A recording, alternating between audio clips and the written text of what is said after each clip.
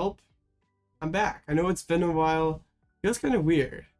It's been like more than a week since last stream. It's like my longest break I've taken in a while.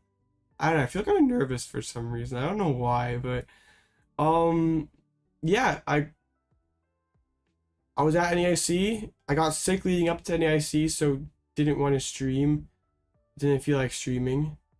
But yeah, now I'm back, feeling better. I don't know why. Like, I just could not get over that cold, and I still kind of am still feeling it a little bit, but definitely feeling better.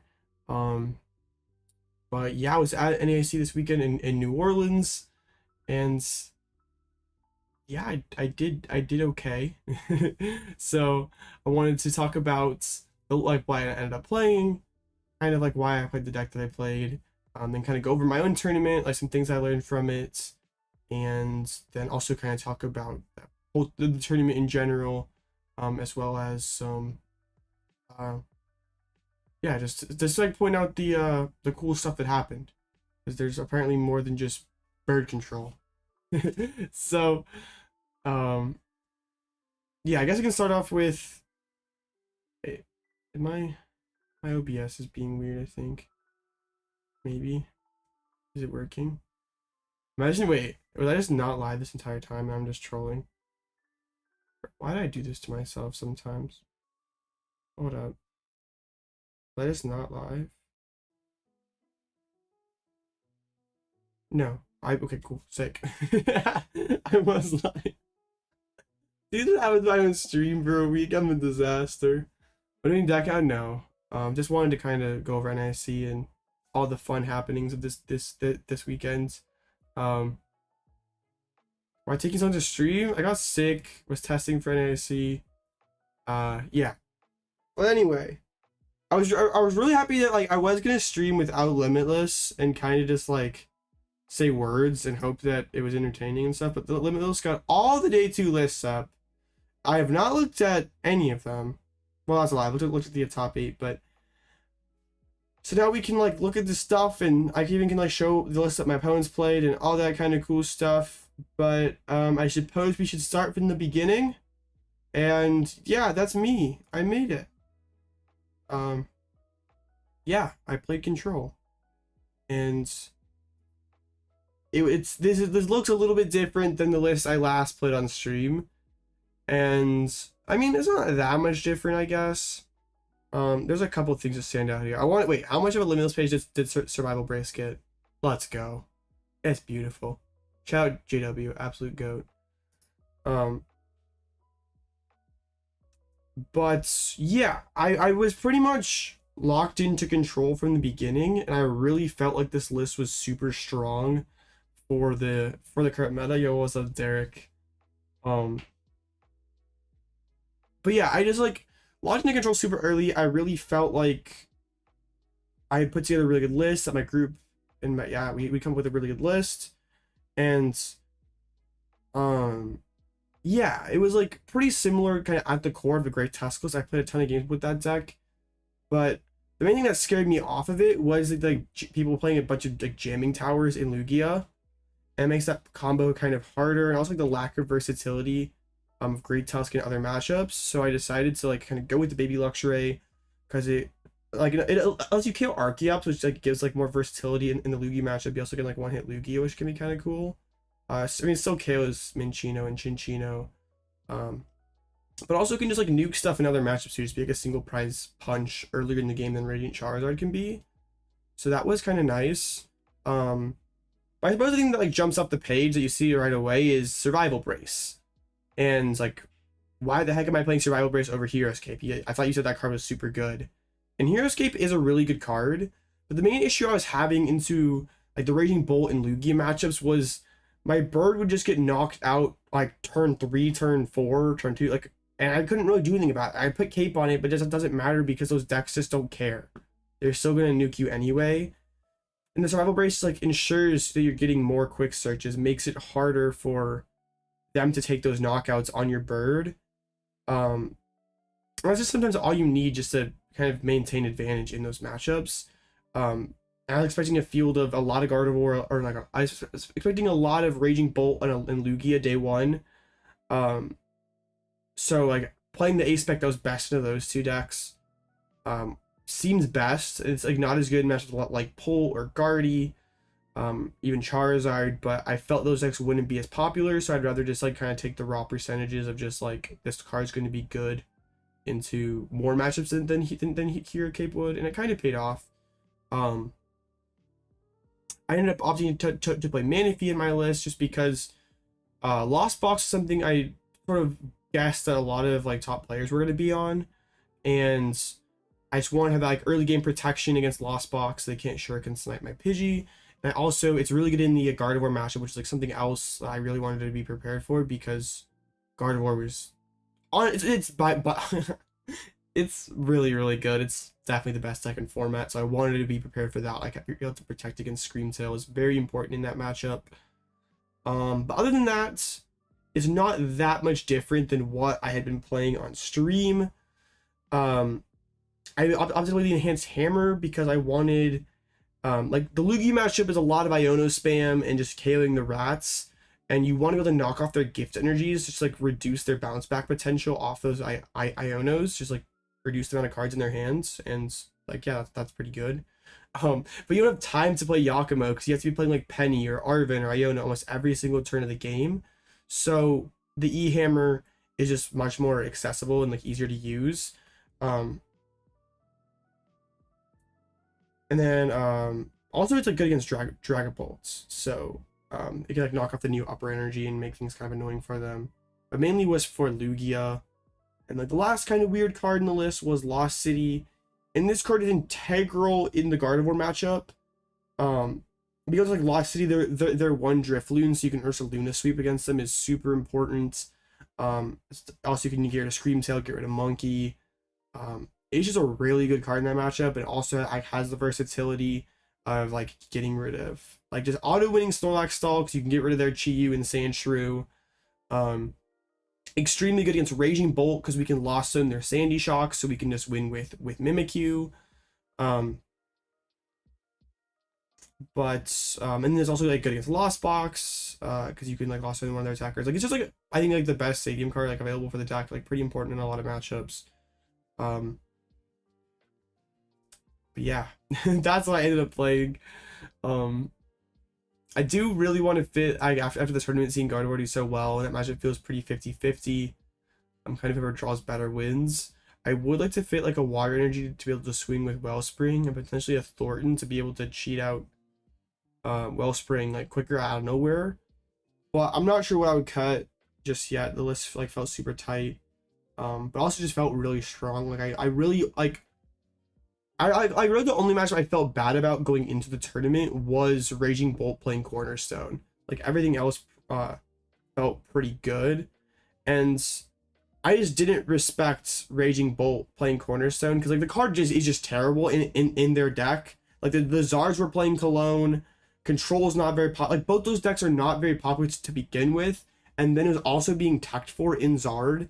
So I was sort of guessing that like the overlap of strong players and Cornerstone was not going to be very high. So the plan was that if I do face a Raging Bolt playing Cornerstone, it's most likely not going to be like maybe the most experienced player. So like that's when this looks like kind of already strongest anyway, when your opponent's like not really sure what you're doing.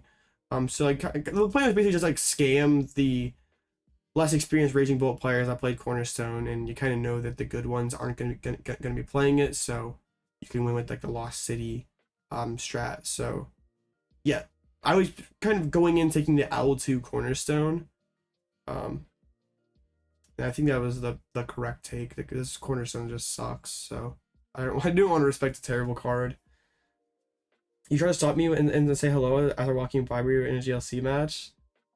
Oh, I'm sorry. I was doing like kind of a lot of walking that last, like I was waiting on someone and I was thinking about stuff too. I was kind of like reflecting on everything that happened. We'll kind of talk about that, but the tournament didn't really end how I wanted it to. But yeah, if there any other like questions like about the lists, but if not, I can kind of start getting talking about how the actual tournament went. So is Radzard just gone because Ursaluna is just better? Radzard's a good card. You just can't fit everything you want, and like Baby Luxray is like already kind of a single prize punch. And like Ursaluna is your end game in most matchups, so like having the single prize nuke late game is really solid, but it just felt kind of redundant with Ursaluna. But Radzard's definitely still a strong card. I'm pretty sure Cremascoli still played it. Yeah, the card's definitely still strong.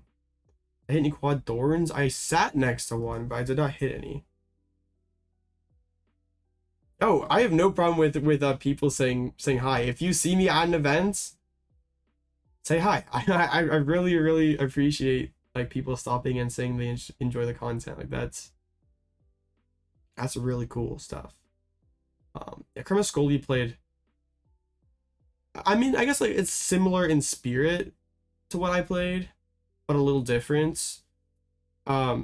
What's funny is like my group was like gonna play close to 60 that I brought, and then a couple of them just bailed last minute to play something else, and then the other people who were committed were like, this deck is not being Raging Bull, I want to play Farigiraf.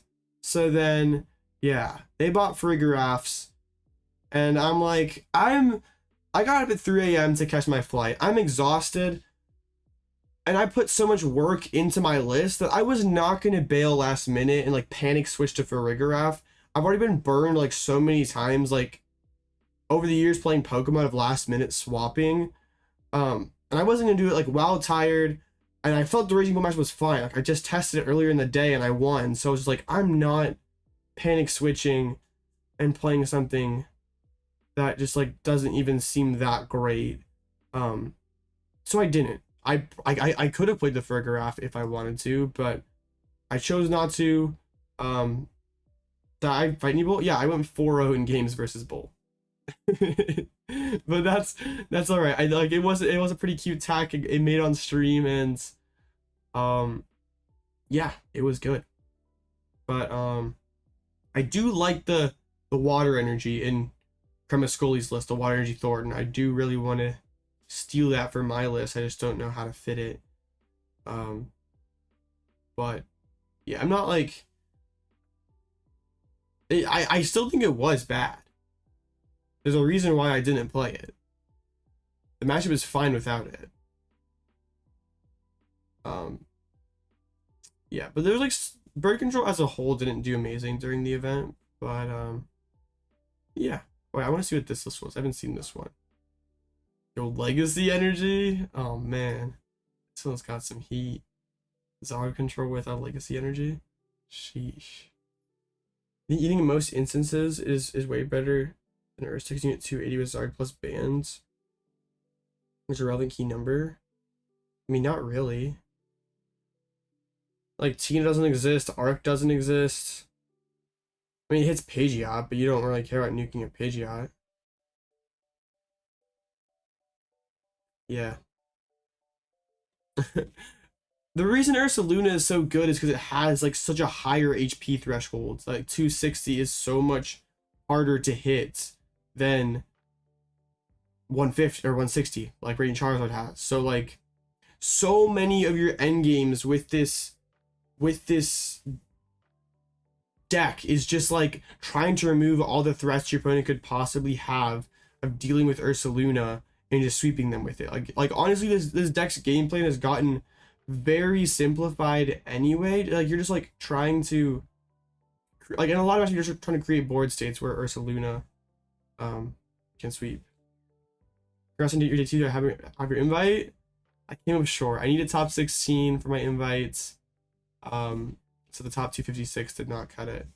No Radzard. Felt very redundant with the like Ursaluna. Maybe Luxray gave us like a single prize punch option, so didn't feel needed. Like Radzard's not bad, it just didn't feel needed. And I like playing the deck for 15 rounds. I never once thought like, dang, I really wish I had Radzard. I did like want Defiance Band at one point. It's like hit Guardians that like embrace themselves twice. Defiance Band would have been pretty solid. I would not hate playing that. So then next year, I'm hoping to run into me add some reels next year.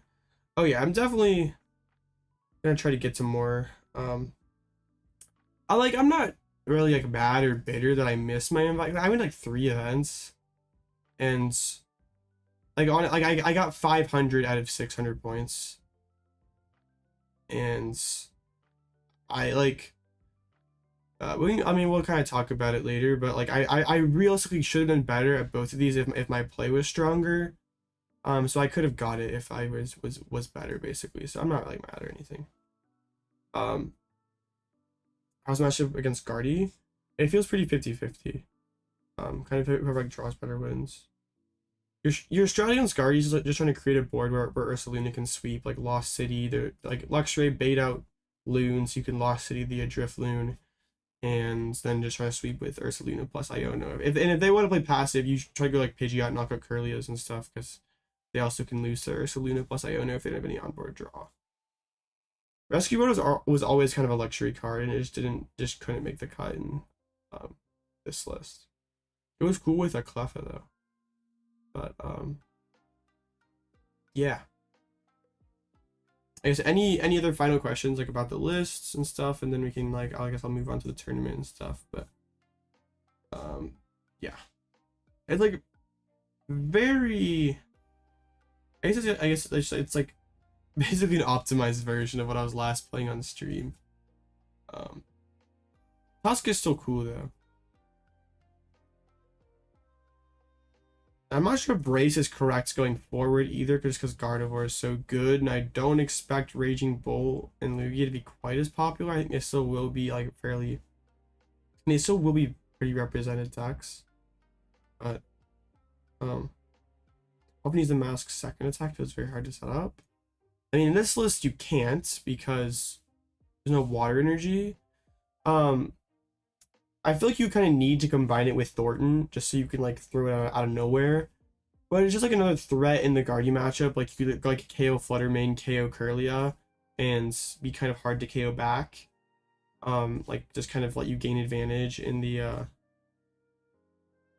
in that matchup. How did Lax take 10 for that Chiyu? I don't think. Well, there's not many like Lax mirrors, so I don't know if you like actually need it. I haven't seen that list.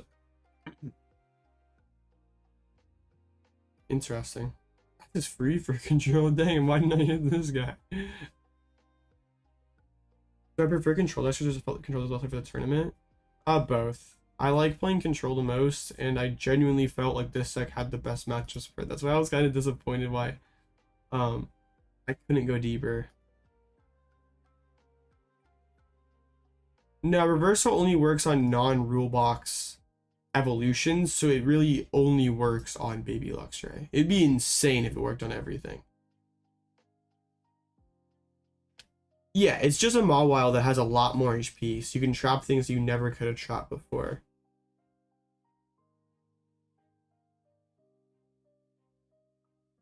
But I do, like I said, I do want to play Water Energies to like have the option of the second attack. Especially against Gardevoir, because yeah, apparently Gardevoir is very, very good. So I priced for Arven.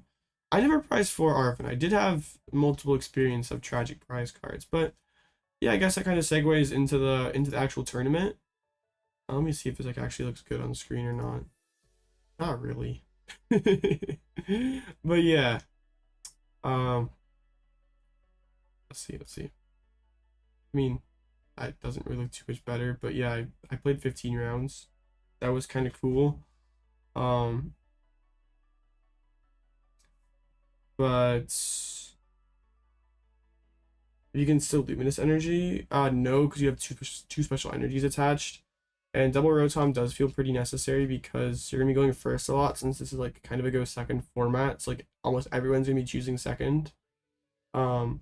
So when I play a Nest Ball, I always just want to have Rotom in there. And also by playing more Rotom, you've higher odds of starting it, you've higher odds of opening it, which means your Nest Ball can go for a Pidgey turn 1 instead of going for a Rotom if you like already just raw drew it. So it's pretty good for like multiple reasons.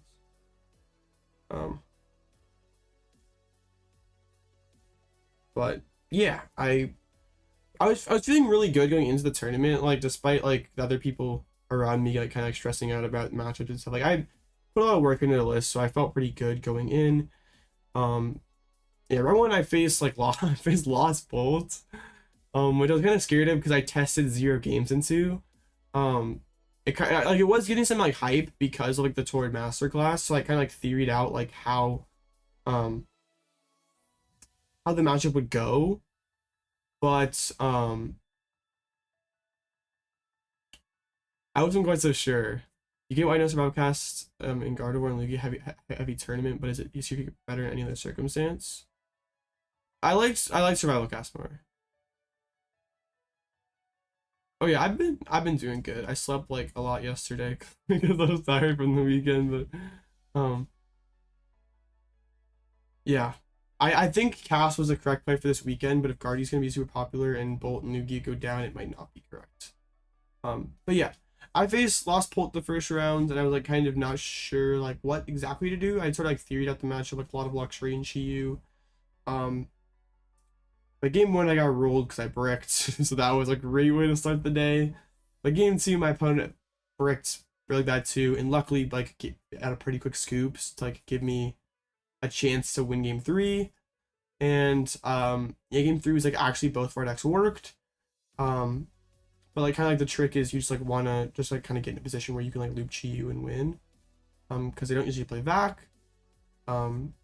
So Charm Chi-Yu is gonna live. Mill 2, they have to go through their deck for their deck to work.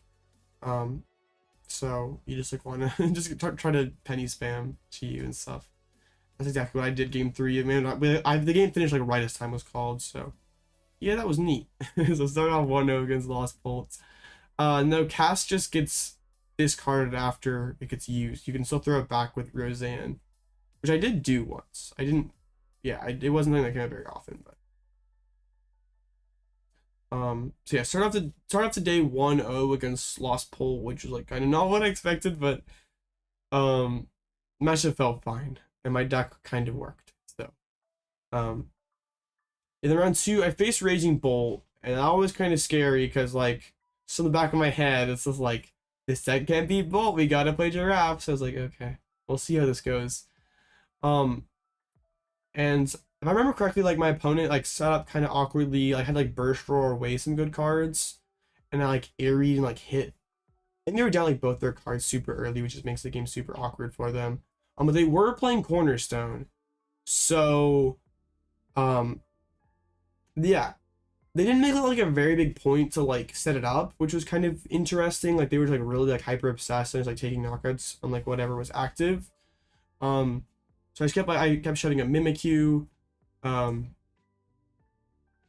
like I put the brace on the bolts, and then while they just kind of sat there trying to load up their Cornerstone, which is like spam sisters, Aries, like try to reduce the amount of options that they had. Yeah, and they kept like gussing up my Sandshrew to try to get me to not have that, which I could just like Ultra Ball Roseanne, like get it back no problem. But like yes, like it like was like kind of a weird game.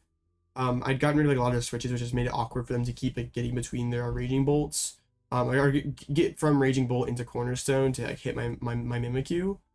So like, well, like I already airied like turn 1 like their vacuum away. And then, like, late in the game, about 10 cards left in deck, I play Sisters. And there's a second vacuum in there. And I have Brace on my Pidgeot, which I was, like, already kind of, like, scratching my head about, because I saw Fluttermane, Sandy Shocks, Cornerstone, 2 Vacuum, and an Enhanced Hammer. Like, this was a super teched out Raging Bolt list. So I was like, how did this person fit everything? But yeah, I won game 1 by just decking them out. They got stuck behind a Raging Bolt. They just like can't physically retreat enough ties back into the Cornerstone to win the game. And game 2, kind of same basic thing happened where they just got stuck behind a Raging Bolt and didn't have any switches left. So I was able to deck them out with Chi-Yu. What I think about the Frigoraph package, I don't think it's needed. Frigoraph doesn't seem that good, but so yeah, start off 2-0. I like definitely was not like the cleanest played game by my opponents. So we kind of got away with one, like against Bolt with Cornerstone. double vacuum, probably should not be getting like an easy dub, but like also my opponents like asked me after the game if this was bird control, and if I had any games into that deck. So bro, I thought that too, Brandon. I literally thought that too. Hedrick is just built different. But yeah, now you haven't explained the matchups yet. I'm gonna kind of do the ones I played as I go. But yeah, then round 3, up against Jackie, and Jackie was playing Lugia, so I was like, okay. Lugia was another like one of the matches that was like supposedly kind of sus, but I felt pretty good about it. And game 1, he was just read the wind simulating. Like it was, I opened Chi-Yu and I'm just like raw singeing, hitting a bunch of energies. But I kind of totally trolled. Like I was like too obsessed with singeing. I like it was weird. I was against the casino deck and they were casinoing, but like I was just chasing that big hit with, I don't even know what I was trying to hit with the Sins. Like I hit Legacy Energy. Like I was just chasing my big hits, and it was just kind of weird. Like I don't know what was wrong with me, but I spent way too much time singeing and not enough time doing smart stuff, so I lost. And I just like locked in game 2 and 3, like did like the Ursaluna loop stuff, like keep the rats off the board, enhance hammer the energies. If they don't put down rats, you chase chops. Like I feel like I played the game 3 like pretty perfectly. After kind of trolling game 1, and he kind of just bull breaked game 2, so did Lugia stuff. If I'm not seeing Ursa for knockouts, the base goal to Chi-Yu and burn their deck. Not totally. You're kind of like trying to create like an advantageous board state where you can win with any of your different options, whether it be like retreat locking, Ursaluna, Chi-Yu, Mimikyu. I chase the rats by knocking them out with Luxray, Pidgeot, or Ursaluna. So yeah, that was pretty sketch, but like luckily he scooped pretty early game 2, so like we had enough time for game 3. So like I've already got kind of lucky that my opponents have not not been wanting to play for ties, so that felt pretty good. So yeah, started off 2-0, and then I faced, but yeah, against like potentially scary matchups like Lost Bolt, Lugia, like matchups control isn't like technically like supposed to be very good against. You try to use Pidgeot to chase rats before they take a KO, or try to hammer disrupt and prevent rats after first KO. If they're just sitting there like being Lugia and just reading the winds, I'm gonna just like try to Luxray their hand apart. But you definitely can just go aggro Pidgeot. I'd probably only do that if you like another Pidgeot like on the board to like, so you can like let the first one die basically. Honestly, I feel like this deck's game plan like is like pretty simplified in a lot of matchups. You're just like trying to Ursaluna loop a lot. Ursaluna is just like kind of wiggly tough now, but just better. But yeah, like once they take that first knockout, you can like go in with Luxray. They knock out Luxray, then you can just like DD Ursaluna, one hit like Archeops, any rat. The main application of the enhanced hammer is like, you want to be playing Iono a lot of the turns, just like reduce their hand size, like make it pretty hard for them to like put down a bunch of rats or have boss or just all their like, you just want to like limit their options basically. And then you want to like combine Iono with enhanced hammer just so they like can't have a super massive hands. How do you say they give them the prizes? I mean, like, you're not giving them prizes. You can just use things like Luxray and Chi-Yu to like still put pressure on them, like force them to play Pokemon, but also yeah, if they don't want to respond to that, they're gonna just like fall too far like behind in resources, so it's okay. Yep. You're an absolute goat, JW. Shout out JW for making day 2 with almost the same 60. Coughing, not good.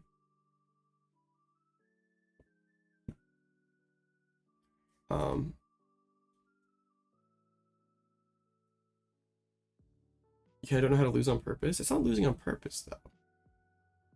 Ursaluna just is the deck. it is the game plan. But yeah, anyway. Round 4, I faced Lost Tina. Actually I can pull it up here. Yeah. Let me find it here on on Limitless. I don't know where there's Tina. I didn't face operator, but yeah, I faced Tina, which I was very surprised to see at 3-0. So my day of like kind of weird matchups I guess not really weird matchups, but yeah, it was not what I was expecting exactly. But like I haven't played this match at all in this format either, so it was just like, okay, it'll be interesting to see how this goes. Like I know Tina from last format, but now I have Ursaluna, which is just even harder for them to deal with. And game one was just like, is that Tina from?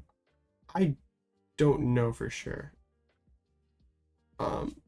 Game one I got kind of behind early, but I was able to like pick up resources with Luxray, and he benchlocked himself into one Tina, and like I was able to go like Iono to 2 plus Mist Ursaluna punch the one Tina. So like yeah, you pretty much can't do anything because like can't Lost Impact one hit me because I have Charm on, can't Requiem me because I have Mist Energy on. So yeah, I was just able to like knock out that Tina the next turn, and then just like Luxray is like hand apart, like basically like hand trap him. I like 4-card hands, like I like a pretty good read this game, or like after I KO'd his Tina, he goes Flower Select, gets your oh my goodness. I like a really good read this game that I was pretty proud of. I own him to 2, knockout Tina, whatever. He goes Flower Select, and Lost Zones, I think it was 3rd gate. So like in my mind, I know the card he grabbed is more valuable than 3rd gate. So like what card is more valuable in 3rd gate in this situation? Super Rod, because all the Tinas are down, all the energies are down. Boss, Prime Catcher. Those are basically the only 3 cards Eri can hit, Rod, and Prime Catcher. So I leave my Ursaluna active because it doesn't get hit. He goes Flower Select, pass. And I just go Eri, 4-card hand. Like it doesn't seem like with a 4-card hands that Eri should hit anything. But it did. It hit Prime Catcher Super Rod. So I basically won on the spot. So I was very proud of myself for like that read there. In game 2, similar thing happened where bench locked into one Tina. Then like use shreds, like when spit into Luxray, shred, knockout Luxray. I go Ursaluna knockout. He goes Lost Mind KO Manaphy, he go down to 1 prize. But then it's bench locked into no Tinas. So I can just spam Chi-Yu until he decks out, and he can't one-hit it. Like I don't want to use Ursaluna and give the bench spot. So yeah, that was a pretty easy dub. Like Tina matchup, at least when they only bench 1 Tina, feels pretty fine. How am I doing? I'm doing I'm doing alright. Doing pretty good.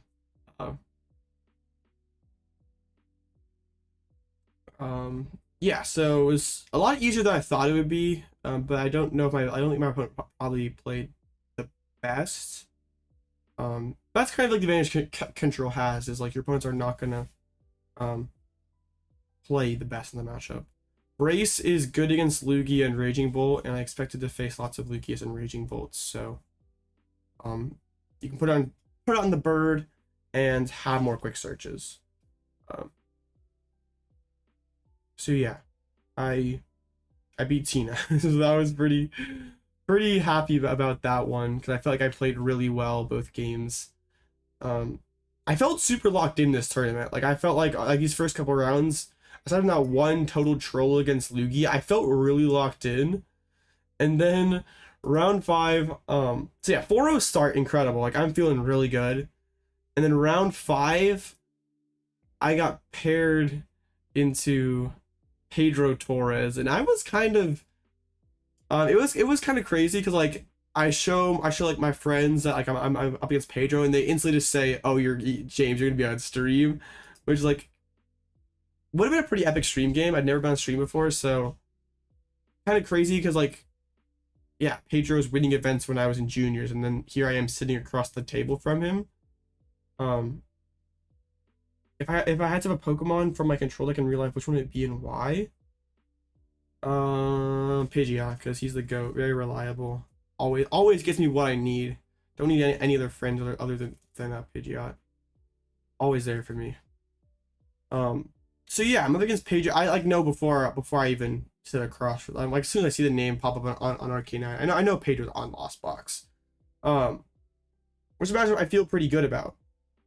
So yeah, game one, my opening hand's like pretty cooking. Like I open Luxray, I have Ultra Ball to go get Lumineon. I have like pretty solid hands, and Pedro flips over a Spiritomb, like starts Spiritomb. I'm like, oh man, this is gonna be bad. I chose blind second. So yeah, he goes basically like Tomb, Bench, Sableye, pass. I go Ultra for Pidgey, pass, and we're both just sitting there draw passing. Eventually he finds Chorus and starts setting up, and then goes bundle, knock out my only Pidgey with Cram. I brick for like 3 more turns and pick up my cards. Then we get randomly deck checked. It takes like 11 minutes because of some issue with Pedro's deck and like language of cards. I mean, no penalties or anything, but yeah. Then going into game 2, Pedro bricks really bad. I choose to go first because I'm too afraid of Spiritomb, and I get pretty strong setup. Manage to snipe resources. Yeah, Blood Moon Loop, like or Brace. Like since I snipe vacuums, Brace on Pidgeot's pretty good. So yeah, I take that game, and then game 3 he goes first because I have a pretty similarly slow start, and whiff turn 1 Tomb, which was massive because then I have a pretty strong start. And he draws pretty awkwardly throughout, and I like managed to like before he even takes a single prize, he's down 3 gates, 3 rods, both vac, and all his gust. I had some juicy Eri and Sisters hits. So then, yeah, the only issue was there was like no time left because game 2 took too long. So I like had to like retreat off my fire energy super early in the game to like start fang sniping, and I prized my super rod, so like it was really hard for me to like actually start milling in a timely fashion. So we ended up tying, which I mean it's a tie against Pedro, so I felt pretty like good about that because like Pedro's like well, great player, but like give me 5 more minutes and I win the game. So I don't know. I like kind of felt I had mixed feelings about it. It's not like Pedro slow played me at all. Like it was just that it was just a game that could not finish in 50 minutes. Like I could have played faster game 2. I should have played faster game 2. Maybe could have given myself a shot, but yeah, unfortunately couldn't quite get over the line.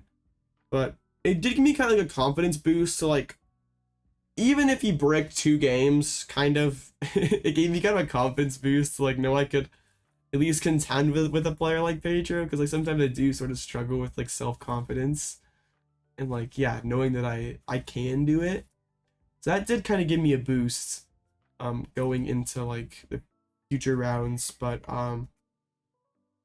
yeah, so that one went to time. I know it was like already like 11 minutes. We had 11-minute time extension, so like already went way over. So yeah, I was like loading up on coffee in between rounds. I was feeling kind of tired already, but like yeah, had to keep going. Was Wastelander's not good enough? Yeah, Wastelander's really only good against Bolt, and then like now you're using Lost City against Bolt, so yeah, it just wasn't good enough. So then round 6, I go for gosh, there's so many Guardians that day 2'd. In here somewhere, has to be. Yes. So round 6, currently 401. I pair against Hector Ibarra, another very great player. I didn't know what he was playing, and he flips out our alts, like does the whole thing. And did make a pretty big misplay, like benching Drifloon turn 1. So I was able to like Lost City that pretty early, except the issue was I prized both my double turbo energies, which like severely limits what I can do. I can't go aggressive blustery wind very easily. I have to like spend quick searches to go find energies. I can't like Luxray, which is like so important in this matchup, to like hit boss, hit Turos, hit Charms. I mean, E-Hammer, Vac. Like, there's just so many good hits. And he hit, like, turn 2 Candy Guardy punch with Drifloon. So that was kind of crazy. So, yeah, but he misplayed going in with the Drifloon. Could have gone Big Guardy. I was able to go Baby Lux, knock out Drifloon, and send it to the Lost Zone. Well, what was kind of awkward about that was I had my Manaphy benched, and so he went Cresselia, like, Lost Zone my Manaphy. And I still was like I could not get my double turbo energy out of the prizes. But like I was still kind of managing. I eventually pulled one, I think, when I took my second prize with Blustery Wind. So then I can start using Blood Moon. Like I can kind of like start to play my game. So then there was like one turn where I went Iono to 2, knock out his only Kirlia with my Ursaluna. Like I'm really starting to like set up checkmate, or just like my loot basically with like no draw on board, Drifloon in the Lost Zone. There's very like limited he's very limited options. Like has to just draw really well off these Ionos. Which he did. He drew Poffin for his Super Odds to put Ralts back in the deck. Poffin for double Ralts, unfair stamp off my Iono to 2. So that was pretty nutty. So yeah, I ended up trying to like go for like a saw block like in the end because I couldn't like piece together anything else, but he had like second Turo, Lost Vacuum to win. So dropped game 1, but I prized both my double turbs, so I didn't really feel too mad about it. And then game 2, because that was like a better start for me. I didn't have nearly as bad prizes. But kind of a similar thing happened where he just drew out of my Iono, which was just kind of frustrating. Got to the point where I knocked out all his Kirlias or whatever. Punches Gardevoir EX for 240, and all I have to do is just like he's in retreat pass. He goes retreat, Iono me to 2 or 3 or however many prizes I had left pass. So I can't reset my Ursaluna and Gust the same turn, so I just basically pass. He's a 1-card hand, no Curlies on the board. And he flips over his 1 card he Io'd himself into and is a boss to knock out like Rotom and win the game. So that was really frustrating because I really felt like I played super well considering like kind of the hand I was dealt basically. Like the prize cards and all, but like I just couldn't stick any Ionos. So yeah, I was feeling a little tilted of like dropping from 4-0 to 4-1-1. Like I know it's still a pretty good start, but yeah, I was getting a little frustrated just because like yeah, luck was not on my side that game. As control now, it's pretty good. So yeah, I was feeling a little down. And then yeah, I think yeah, the next rounds I faced yet another Gardevoir. This person did not make day 2, so I can't like look at their list, but it was pretty similar to Hector's list here. There was a Sinnoh instead of an E-Hammer. But yeah, really that was like the only difference. Game 1 he just full bricked, and I was able to like Blustery Wind KO his only Pokemon. And then game 2, he had like a Fluttermane. Like Fluttermane start is like hex hurling me a lot while I was like trying to piece stuff together. Like it was weird because I like Fang sniped his entire hand apart, and then I was just like he had like 2 Curlies on the board, no prizes taken. So it was like kind of weird because like I didn't like want to move in with my Pidgeot, and just like start knocking stuff out because I felt like it felt kind of risky. He's like sitting on like Gardevoir EX in hand or something, but also I didn't want to keep Fang sniping, so I kind of just like sat there, and eventually he just like started like he like trying to drew out of it, and I kind of just lost. I definitely should have played more aggressive. Yeah, I think he like stuck an Iono late game on me, like KO Pidgeot, that kind of wrecked me. Then game 3 he's got off to like a pretty slow start again, and I was able to like Lost City stuff, and Ursaluna Loop, like all that stuff. So I felt pretty good to win in 3 games against a Guardy, even if he did have some kind of slow starts. But that kind of feels how the matchup goes. Like just whoever gets a stronger start is gonna win. How can you get better at playing my list? Just play more games. What's he do with Pidgeot for Gardevoir? He just use Pidgeot and knock stuff out.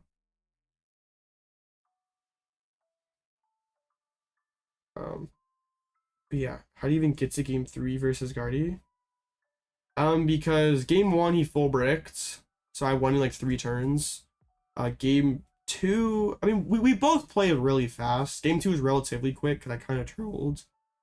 In game 3 we finished like right before time was called. But yeah, we had like a 5-minute game 1, so that kind of helps. And my opponent was not like taking 5 minutes prize checking, so that also helped. But yeah, got the dub against Guardy, which kind of like picked me up a little bit after like, yeah, I after losing to after the loss in the tie. No, Ogerpon is still so much better. Has way more HP. I do play really fast, and I got kind of fortunate that my opponents were not also playing for ties. But like if you're playing for your invite and trying to win games, playing for ties feels goofy. So yeah, going into round 8, need 1 more win to secure day 2. So yeah, 1 win in 2 rounds feels very doable, and I get paired into an 8. I'm like overjoyed when I see my opponent flip over a Walking Wake, because that is basically free for me. I was able to, like, he explored into Penny game 1, and I Fang sniped it, and then I sisters and saw Kieran, so like, okay, there's 1 more switch out left, so I just went in with, I just started sobbing with DTE Survival Brace Ogerpon. So the turn he uses Kieran, he can't even get a knockout, and I can just boss the Walking Wake next turn. So he just picks it up as soon as I drop the Survival Brace. In game 2, does not have a Walking Wake, has like a bunch of Roaring Moons in play. But I was able to like totally hand lock, like basically make it so his hand was entirely energies. I just like Fang sniped away everything.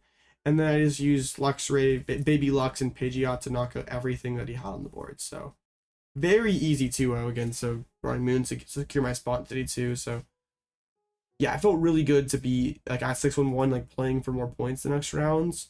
But I have kind of a I have a bad track record when it comes to playing for points. I choke these games like it's my job. Survival is good against Lugia and Bolt. No, I don't think United Wings is actually gonna be a deck. So then yeah, round 9, 6-1-1, can play it out for points, and I face a Miraidon, which I feel pretty good about. He won the flip and chose second, and my opening hand game 1 was Sandshrew 6 supporters, and I topped it to Bravery Charm. So I was quickly donked. Then going into game 2, I get to go second. I drop a lot stronger. But he has a turn 1 bundle plus like Raikou knockout on my my 1 Pidgey. So that was annoying. Cause I like had everything lined up so I could candy Pidge next turn, and I couldn't have benched around bundle either.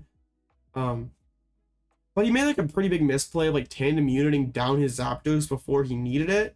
That KO'd my Mimikyu. So I was the next turn I actually went like Arven for Poffin and got down my Pidgey, put Survival Brace on it so it couldn't get 1 hit, and I was like kind of frustrated because like he instantly slams down Vacuum without having played a supporter like the entire game. Gets rid of my Survival Brace, knocks out my active, or he might have, yeah. So then he is sitting at I think 3 prizes, and I have Mimikyu, Rotom, Pidgeot. So I use 2 energy Pidgeot, knock out Zapdos, plus play an Iono. I Lost City the Zapdos just for good measure. I have Mist Energy on Mimikyu. So all I need to do is just Penny up my Rotom and I win the game. But unfortunately I do not have Penny in hands. It's very easy for him to just 1-hit my Pidgeot. So I it's basically just a race. If I can find, I actually need to find Penny before he finds Boss. I instant charge, do not find, yeah, I don't find Penny, and yeah, on his turn he found Boss. Okay, Rotom. So yeah, that kind of frustrated me because he like drew perfectly the entire series. Like if he didn't have the vacuum on my Pidgeot, I would have just won. Like I just need like one more turn. Yeah, one more quick search was literally all it would have taken. So well, and I was kind of annoyed to like lose a game like that. Like yeah, that was kind of my kind of the trend this tournament was.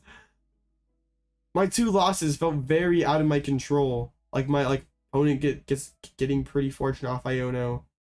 Me kind of low rolling against Miraidon, my opponent just not whiffing at all. So it was kind of frustrating. But it's all right. I still genuinely felt like my deck was just. I still felt like I had one of the best decks in the room. Like I just no matchup I was afraid of. So like I just knew I like needed a little luck on my side, and I could go really deep in day 2. So yeah, I still felt pretty good about my chances. Like 4-1-1 for money, 5-0-1 for the invite, 6-0 for top 8.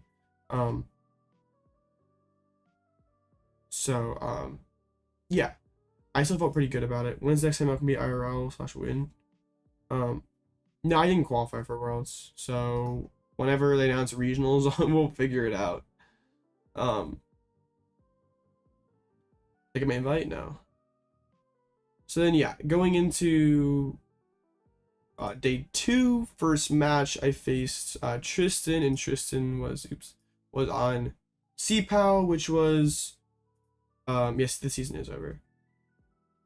Which was like it was like kind of already a fine matchup last format, and yeah, it's even better now with Survival Brace and Wellspring. You can trap a barrel so much easier, and yeah, they can't like gust your bird very easily. So the matchup felt incredibly free. Baby Luxray is also insanely good, just like 1 energy nuke their backs. So yeah, I pretty easily 2-0'd my opponent here. That's kind of crazy that like 2 people day 2'd with the exact goated like CPAL 60 from last format. But yeah, a 4P incoming. It's all right, we'll figure it out. See, that was a very easy dub. I felt great. Then the next round, I was very overjoyed when my opponent flipped over a Great Tusk, and it was ancient. Like I sat next to that this person day 1, so I kind of knew what they were cooking.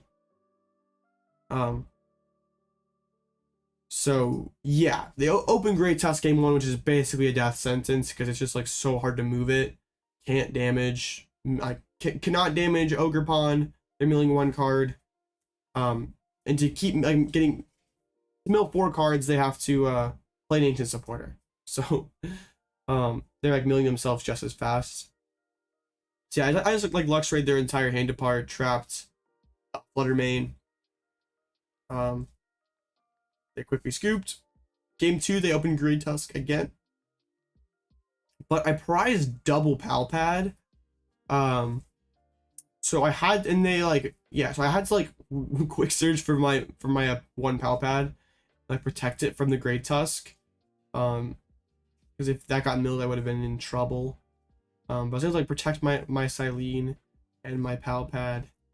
And yeah, I just play for the retreat lock again. Yeah, it was a another pretty easy 2-0. So like starting off the day, 2 easy 2-0s, 8-2-1. I'm feeling very confident. Like at least like cash like feels within my grasp here. But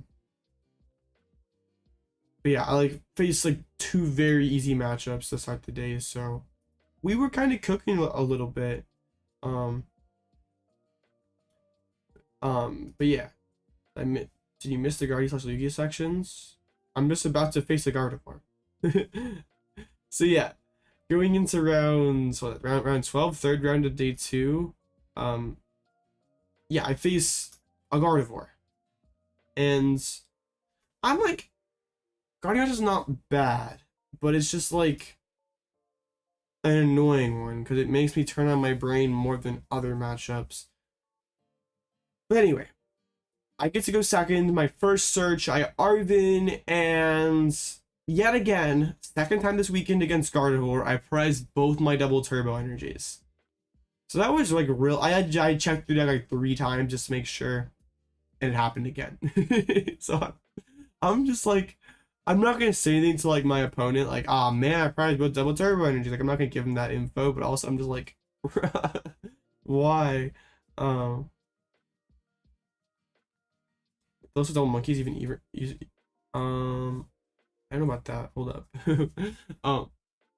But yeah, it was really, really annoying. I still like kind of got to the spot where like Ursaluna loop was pretty good. I took 3 prizes, like knocked Kirlias off the board, like did my thing, lost in Drifloon. But like my last 3 prizes, I still had 2 double turbos in the prizes. So like my hands were kind of tied. And yeah, he went like a Devo Flutter Mane play, knocked out my only Pidgeot. So the game was kind of over. I wasn't really expecting the Devo Enhanced Hammer. So yeah, game 2 was a lot more in my favor though. I was able to Luxray, and then I see boss and Turo in hand. So I Fang Sniped the boss initially, and he just like scoops a couple turns later because like, yeah, I'm gonna get way too much Fang Snipe value. But then, so yeah, everything's like, we got 25 minutes for a game 3 against Gardevoir. I've seen like pretty much all of his lists. I know exactly what I'm dealing with.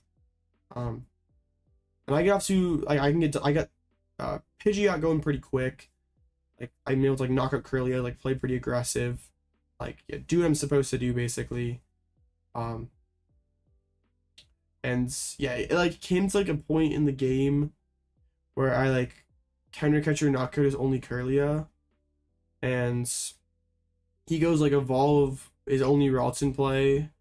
He's like Guard EX Ralts and Monkey, or Gardevoir EX, Flutter Mane, and a Ralts in play, I think, and he goes like evolve Ralts into Kirlia, plays on Fair Stamp, refines, then benches Monkey plus Dark Energy. His deck was still like pretty big, and yeah, so he did like 30 snipe my Pidgey, knock out my active Pidgeot EX. So I was like, really put me on the back foot there, because like I still have my Forest Seal Stone live, but I have to get Pidgeot going this turn or I pretty much lose the game. So I play in Iono to like try to draw some cards, like set him back some. Because it's still a very winnable position if I can just start using Ursaluna. I'm pretty sure I had Ursaluna on the bench as well. But yeah, I owned it into like 3 or 4 unplayable cards or whatever. So yeah, that pretty much was it, because he can just monkey knock out my Pidgey. I like Forest Seal Stone for Bravery Charm, just kind of hoping that somehow denies it. But yeah, I think he went Cresselia, snipe my Pidgey. So yeah, it was pretty much over after that, and yeah, unfortunately, I just didn't draw. I didn't draw well with my own Ionos off his Ionos, and yeah, he did pretty well with that stamp. I did not, so yeah, that knocked me out of contention for top 8, for contention for my invite. So we're just playing for cash at this point. Yeah, I felt pretty defeated, because it was like another situation. A recurring theme throughout this tournament was I felt like I played really, really well this entire this entire day. I felt like my caliber of play was very high. But just like kind of unlikely change of events were happening that was just like causing me to lose. So I was like, kind of, normally I don't get frustrated with RNG stuff, because it's just like, well, it's like out of my control.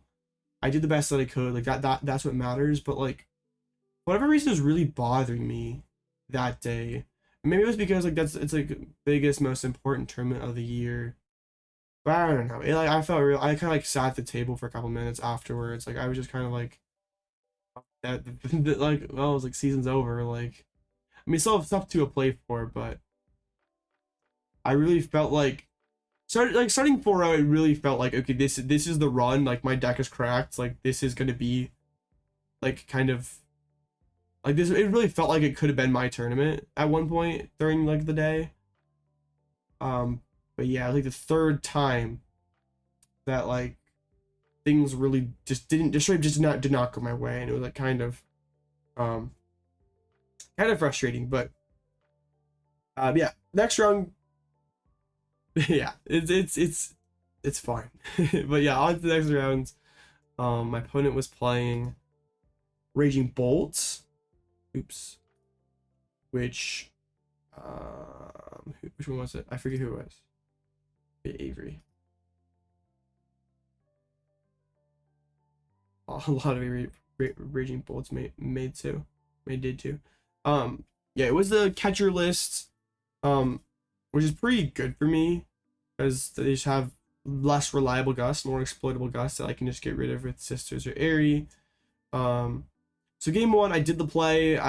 Well, they discarded their Super Rod, turn one on a Squawk, so I don't even need the Lost City. I just went like Brace, Blustery Wind, Pidgeot, Knockout Sandy Shocks, shoved up Mimikyu. They unfortunately had like Burst Roar away boss or something, or Squawk away boss, and I Eri and hit Prime Catcher after their Burst Roar. So they were limited to just 2 gusts, which is just not enough to get around Mimikyu. So they scooped it up. And then game 2, I got to a pretty slow start, and they kept gusting my Pidgeys, which was annoying, but I do think it's a misplay. Because they're spending all their gusts and only taking 1 prize, when like I have like a Rotom on the board that could just be 2 prizes. So they had spent like 3 of their gusts and just taken like 3 prizes out of it. So eventually they did push up Sandy Shocks and hit my Mimikyu. Which was, so then I went like Penny at Mimikyu, retreats, counter catch up Raging Bolt, pass, which is like a really annoying play for them to deal with because they like don't like want to hard retreat the Raging Bolt, because there's like a lot of resources to spend. Like if it keeps using Sada, they're gonna draw into their deck, which sort of plays into my deck out win con. They burned their Iono super early, so and they couldn't throw cards back in. And if they burn all their cards, they know that like I can just win with Retreat Lock, so it kind of like puts them in an awkward position. I was able to buy a couple turns while he was building up for the manual retreats. And I like made a really like nice play where I like waited, like I knew he still had 1 catcher left, so like he flipped heads on the first catcher. Then he plays the second catcher, hits heads, and I have Pidgey Sandshrew on the bench. And I have Candy Pidgeot in hand, but Iono is down. So I know assuming he hits heads on his last catcher, and I evolve into Pidgeot, I could lose the game because, like, Bellowing Thunder just 1-hits me, takes last 2 prizes. But if I wait, he's probably going to catch or knock out Sandshrew and just basically say, you cannot get Sandshrew back, I'm going to Pal Pad back in boss, I'm going to boss your Pidgey, I'm going to win the game. So that's exactly what happened. He plays catcher, which is the 4th and final gust, hits heads, goes for Sandshrew. So I'm able to go Candy Pidgeots, quick search, get back Sandshrew on the board, and the game's basically a wrap because I can just counter catch up the Raging Bolt, and there's no way that they can move it. So yeah, I was able to win that one. So yeah, that kind of like picks me up a little bit after that like loss, because I felt like, yeah, I felt like I played 2 really solid games of Pokemon. That like my opponent went 3 for 3 on catchers across the 2 games. Like, yeah, had pretty optimal luck, and I still won. So yeah, I felt pretty good. Like it was like, okay, 1 more win, and then ID my last one, get top 64, get that bag. So yeah, feeling like, yeah, I'm still like feeling okay. And I felt really good when I saw my opponent flip over a Dreepy. Or I flipped over Manaphy, then Poffin for Dreepy. Oh. Wait, looking at this list makes me feel a lot better now. Wait, hold up. Okay. So, I got to a really slow start this game, and it was like, I didn't get Pidgeot till maybe like turn 5, turn 6. But my opponent like way over bench, like had a Rotom, had Manaphy, so I can definitely win with Retreat Lock. Like Turrowed up the Manaphy, but like I can still saw block stuff. So, I yeah, I basically had it got to a point in the game where I could just saw block Rotom and win the game. Because I basically like tell how he was playing. He only played the one boss. Like, he like if he would have played double boss, he would like boss my Pidgeot a lot earlier. But he chose like boss, like I don't remember what he chose to boss, but it was not Pidgeot. So I was like, okay, only one boss. Which I think was like, yeah. But yeah, I had like Rotom with like 130 damage on it on my bench. I had Sandshrew, and then I had to bench Sandshrew, so like he can't Pal Pad, right? But I penny up my damage Rotom, which is the correct play. But instead of putting the Bravery Charm and the Mist Energy on my Sandshrew, I put it on my Rotom for no reason at all. So then next turn he can snipe my dude. I prized my Super Rod, and I used my Roseanne earlier, so I can't get my Sandshrew back right away. And then he can play Pal Pad on his next turn and get back boss and Turo and basically have the game sealed. So I like saw the throw immediately, and I was like, I don't know, it really like kind of messed me up. I was like, oh crap. I knew as soon as it happened, I was like, oh no. And I did not know he played Kieran. But I don't think that changed anything because I still would have saw blocked his road. I guess, okay. Makes me feel a little better because I don't think he had played Collapsed, and he could have gone Kieran, Collapsed away Rotom, punch my Ogerpon. And I think I still would have been fine though. I think I still threw. But yeah, I was pretty upset. Yeah, I was like, I saw it right away, and I was pretty mad. But and then game 2, I go seconds. I open Rotom. I know I'm gonna have to like, okay, I can take this tie this game, win my last round, still make 64. It's fine. Just gotta regroup, get this dub. My opening hand sucks. I like instant charge. I draw like double Pal Pad off the instant charge. I have like all 3 Pal Pads in my opening hands. Luckily he just went like Dreepy Rotom pass. I'm like feeling pretty solid. Like if you're benching Rotom in this matchup, your hand has to suck.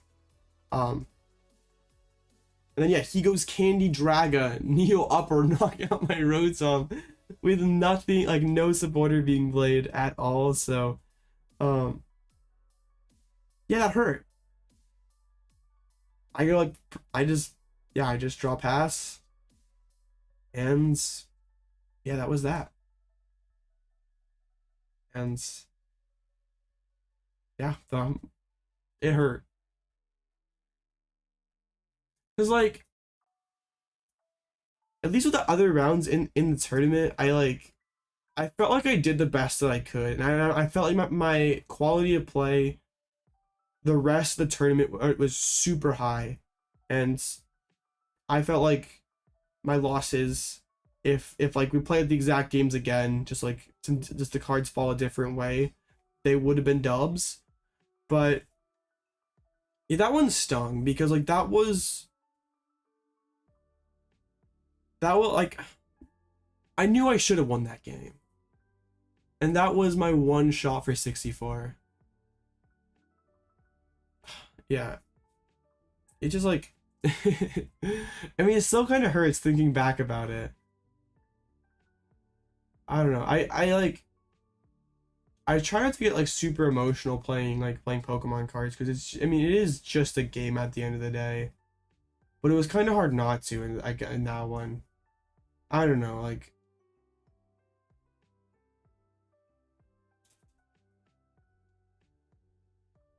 yeah, some things went through my head.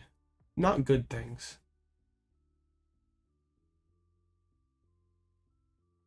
But oh well. Yeah, but that would hurt a lot. Basically, yeah, make a $2,000 mistake. Was like kind of compounded with the fact that I did the same. I like threw another cash win in Orlando. It was just like, yeah, all like all the frustrations for the weekend kind of boiled over, and I was just not feeling it. But yeah, it just felt really bad. Like my opponent didn't even like play that. Like, yeah, I was just like kind of frustrated because like my opponent like way over benched, like gave me like, kind of like handed me the game, and I just like threw it. So yeah, it hurt. It still kind of hurts, but it's over now, I guess. I'll toss them on the Fraygraph list. It seems fine. I like some of the stuff about it, but I don't really like the Fraygraph. But yeah, I mean, I was out of contention for my invite anyway. But yeah, save 64 still would have been pretty nice. So yeah, I debated like should I just offer the ID going into my last run, just secure 128 and just like move on. Just like, yeah, basically pack things up.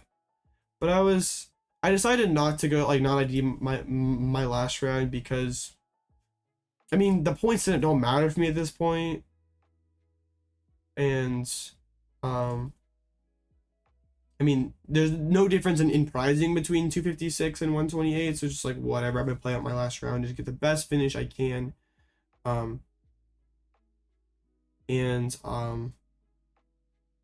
Yeah, I faced another Dragapult, which like if it was like nice, like finally you start hitting bolts after just like dodging it all weekend.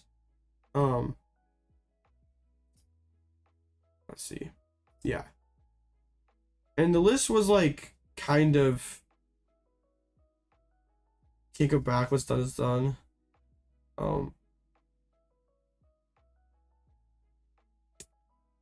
It just like the reason that it like hurt like so much for me is like I don't really like I don't go to as many big events as other people, so I probably hold myself to a higher standard than I should, like just sort of because like I like other people, if you're going to 6 regionals, like your margin for error is higher because like you can like have a bad event and like I mean your whole season isn't chalked, but like I mean that I just always kind of felt like that margin for error isn't there for me, so like I probably hold myself to a higher standard than I should. Yeah, this is Josh's list. But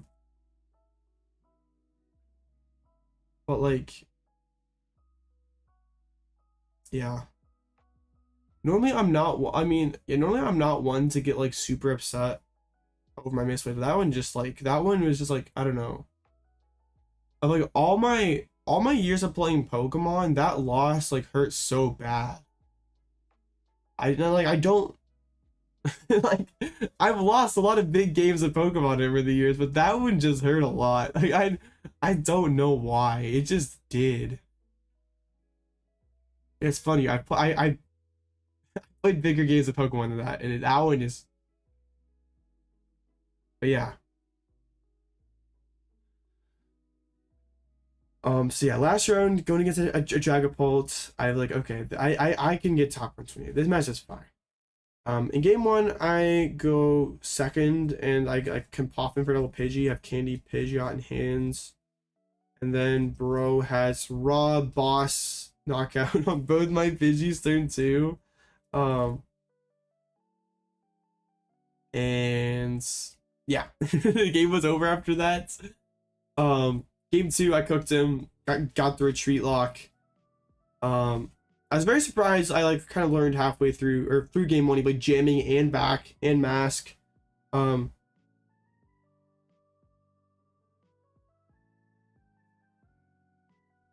yeah, he way over bench game 2. I was able to win with Sob. Game 3, go first. My hand's cooking, and then I get Iono into a brick, and I was like sort of hoping to like maybe try to squeeze out a tie because there was like 10 minutes left going into that game 3. But yeah, it was not happening without some egregious block abuse, and I was not about to do that. So yeah, that's how my tournament ended. And yeah, it was super frustrating just like flame out like that, like be 6-1-1 at one point, be 8-1 or 8-2-1 at one point.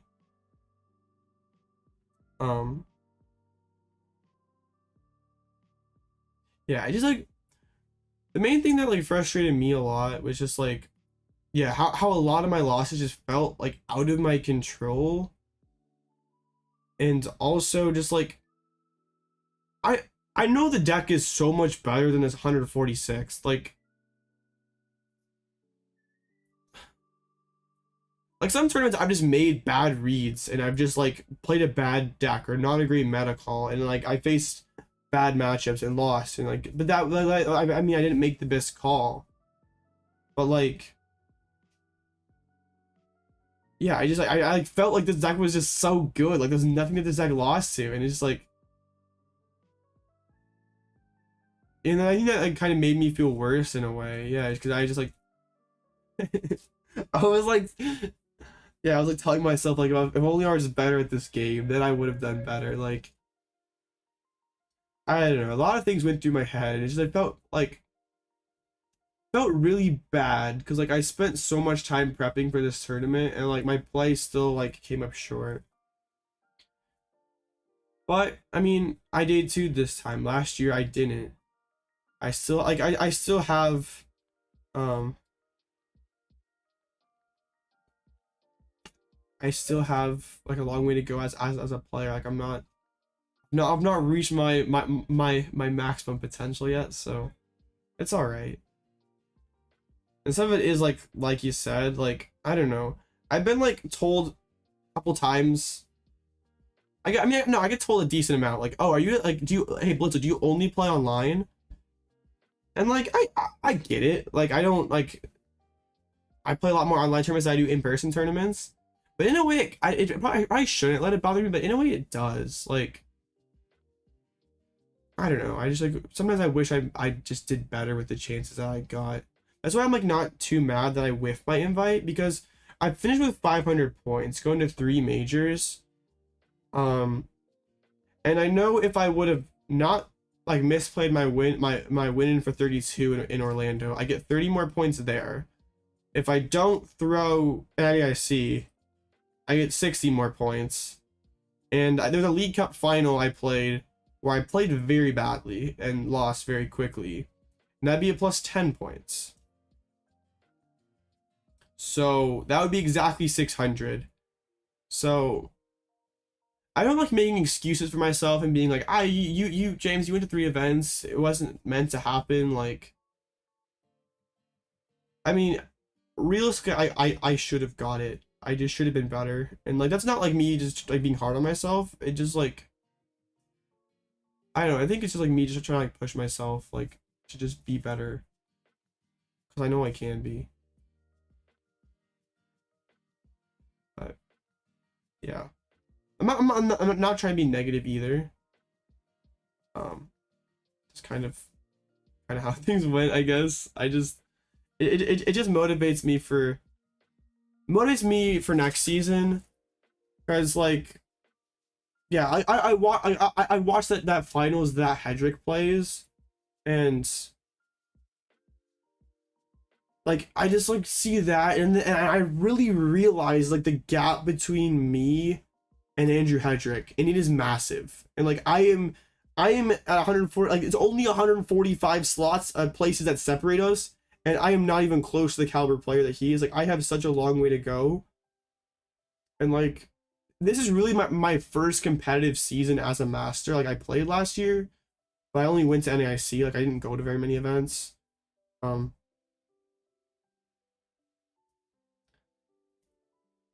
yeah, I'm really hungry for a big finish next season. One day one day I'm gonna beat those online only allegations.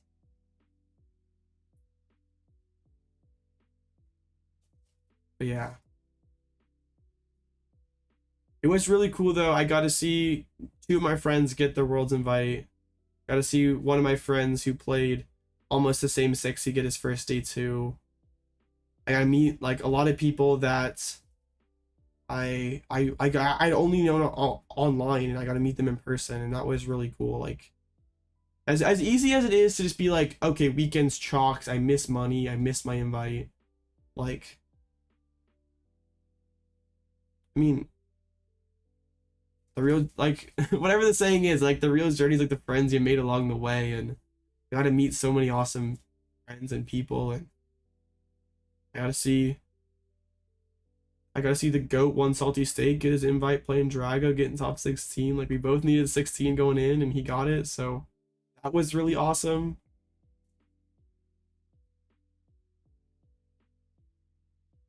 Yeah.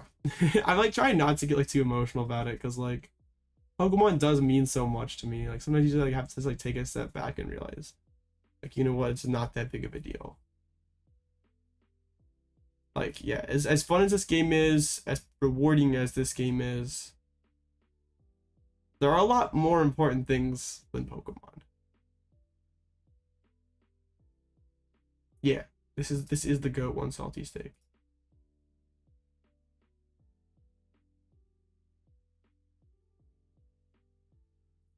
I It's all right. Next season's gonna go hard. I'm yeah.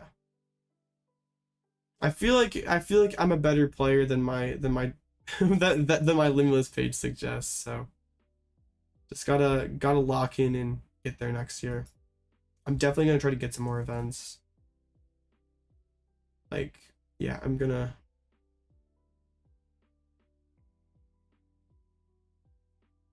Definitely gonna get some more events. Just gonna put more work in, like, like, yeah, we're gonna get there next year. 2024 season's gonna be epic. Yeah, there's this one fusion restaurant that I went to that went hard. Yeah, the food in New Orleans was very good. What I think about Alessandra's list, I think it's good. Pure, but like low key though, Peoria is the closest regional for me this year. I didn't go, but it is the closest one to me. The main thing I like most about Alessandra's list is the water, the water energy Thornton. But yeah, I like having Poppin Manaphy was so good in the Guardian matchup. Any place for Knoxville, let you know. I will, Umi. I will. Yeah. Yeah, it is a little frustrating that they didn't like give us info.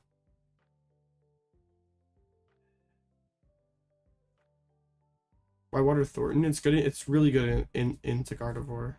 Like taking 2 prizes, because they're like Jam Flutter or Jam Key, and then you just go like snipe 2 prizes, or you can go like boss, clear 2 Curlias. Even Lost City double Curlia goes hard.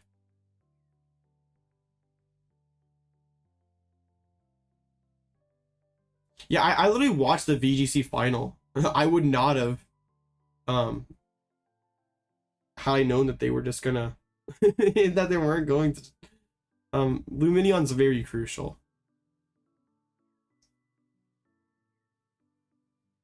But yeah, I guess like to kind of like end like my like kind of my thoughts for the weekend, like like what I learned. I guess like what I learned is I still have like, I don't know. You can make the right meta call and stuff. You have a great list, but I mean you still don't get there sometimes.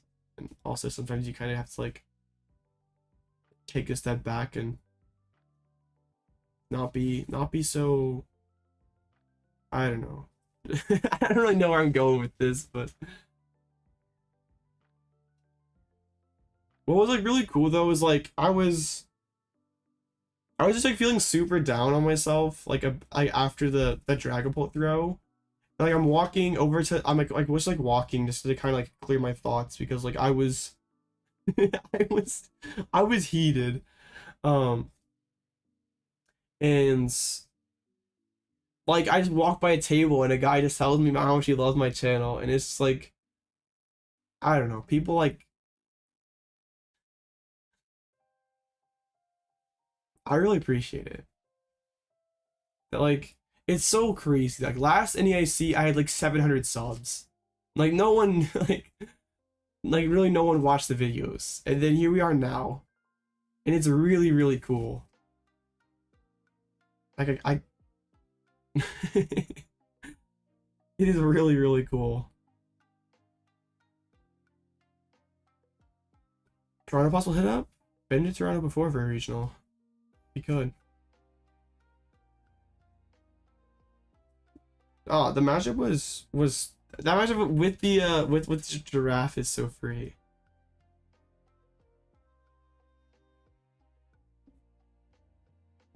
Omnipoke tried to get me on stream. They tried to get me and Pedro on stream. They just couldn't get it done. Bro wanted Frostlass on stream.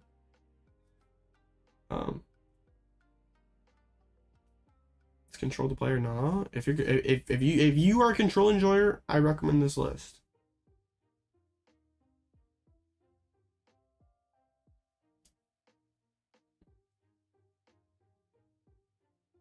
+3. Yeah, I don't know who it was who wanted Frostlass, but I don't think the game, like, my games versus Pedro are really that good because both of us, like, I bricked game 1, he bricked game 2 and 3.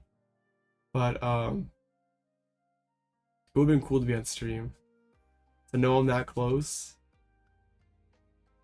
That's like, okay, I want to get this like on record so I can like so it's just there for next year. But my goals for next season, like now this was like kind of me sort of like dipping my toes in the water, kind of like I hadn't really try harded super hard in Masters. But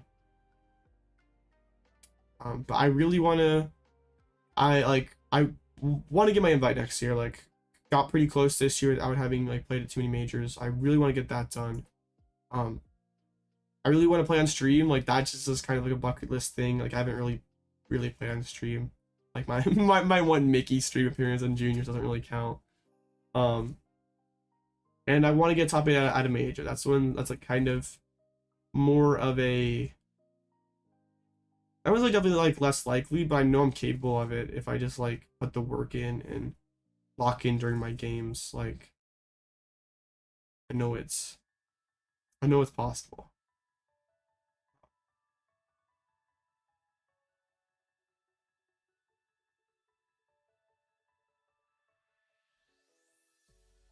But yeah, I think it really invite next year. I mean, depends on how depends on how much how many events you're going to. Like, I mean, it's not easy when you just get to a couple events, but if you're going to a lot, then it's not that hard, or not as hard. Yeah.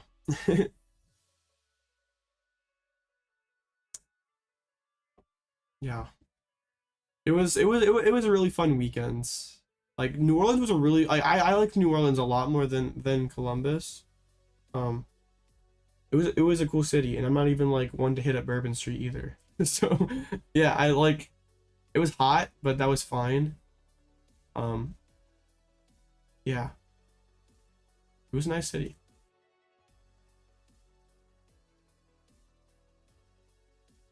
I think of like anything else I wanted to say. Nah, they already confirmed it was in New Orleans next year. Sorry, all you Columbus enjoyers. I'm trying to think of anything else I wanted to say.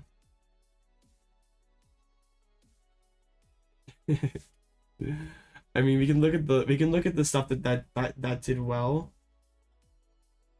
Like any been no, I didn't. I think Worlds will be next year. I think it's gonna be outside the US. I'll say France. Another question? Sure.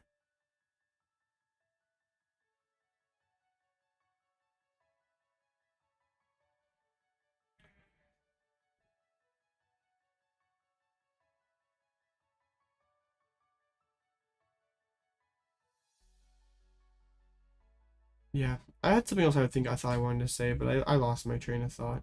But that's alright. I can run the video me and juniors. Just like search on YouTube like 2017 Dallas Juniors Finals, Dallas Regionals Pokemon Junior Finals, something like that. What is the best way of doing better at events? You're thinking of your matchups and the games you lost. No, you cannot come up with one thing you did wrong. I don't like. Okay, I have not like watched you play at all, Blaziken, so I can't really like tell you, but like I heard you say that a lot, where you just like you feel like you played really well and didn't get there, and like that's possible, but for it to happen that many times is incredibly unlikely. So I think it's a lot more likely that you're making like there's something wrong with the process of preparing for events, or something that you're doing wrong in the games that you're just not seeing. Like, for it to be that consistently happening is like kind of absurd. Like, I didn't do as good as I wanted to in any of the regionals that I went to, but I can like there's multiple points in the tournament where I like know where I made mistakes that cost me games. Am I playing as Regidrago? Mist Energy Mimikyu. You went 03 drop in DT, and it was Cooper? Okay, we'll look at it. I had glanced at it earlier and it looked kind of spicy. Any interest in Magnet Zone control? I tried it like really early in the format. It wasn't very good. My list might have been just bad too. Alright, what is...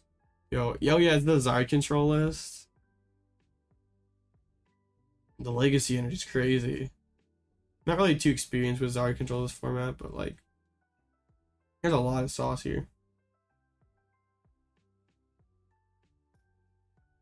That's off Shred. I mean, our lists are playing Shred, and if they're playing Shred, the matchup just seems terrible.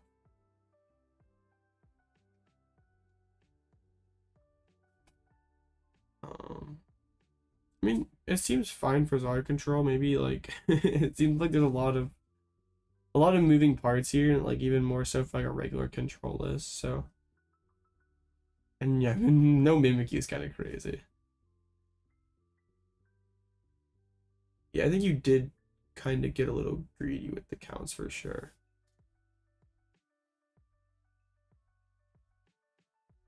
But it looks fine.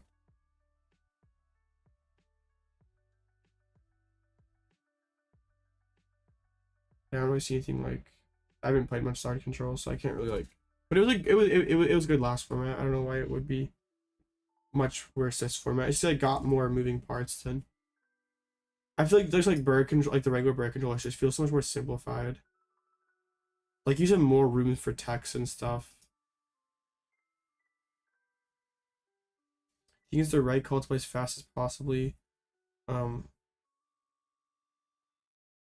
Well, then sounds like you need to. I mean, if it like depends on the circumstance. If it's the difference, like if you play slow and you're gonna lose, then it does not matter if you like play perfectly. You're gonna lose anyway. So I'd rather just play faster and at least have an outside shot that I win, than. But like, yeah, if you played fast and made and misplay, that's like still misplays that you made that you like could have gone differently, right? So I see Ross's list. One of my friends faced Ross and said he mulliganed 9 times. I can't wait to play Ross at a cup and him playing Quad Thorns. That'd be sick. But yeah.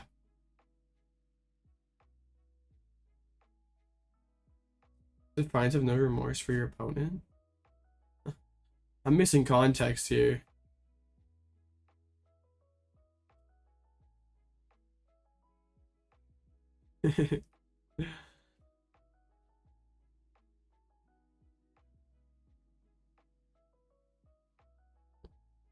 That is tragic, Duncan. That is really, really tragic.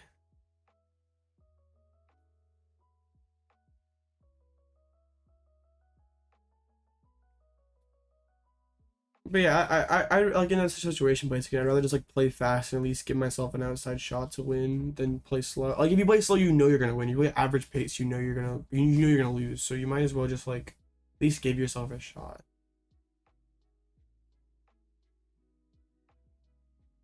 Like you feel bad for your.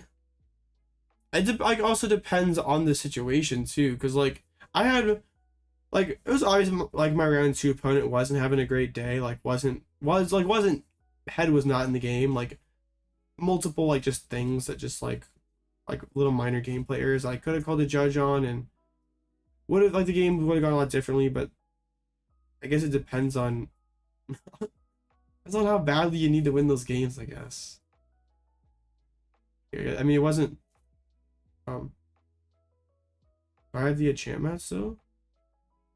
Yeah, I still have both my my my my mats. All my mats. I tested quad thorns before at SC. I just couldn't. It just seemed kind of mid to me. The research definitely seems good though. I was playing Heavy City as well. You know, Legacy Energy now. Yeah. There were not just Lugia that played Legacy Energy. It's in Bird and Quad Thorns. Oh, not all the Quad Thorns play. This card seems broken in Quad Thorns. I was playing it, noticed that I was testing before the event. They were not playing, they're playing Prime. That seems wild. Yeah. The issue that I found when playing it was the Guardy matchup wasn't even that good for you against a Guardy player that knew what they were doing. That could just like, they push up Flutter one time, load all their energies and play into 2 Guardies, and Monkey was so annoying to deal with. It turns your Thorns from a 2-hit to a 3-hit. I wanted Quad Thorns to be good. I wanted it to like be the play, but it was just not good for me.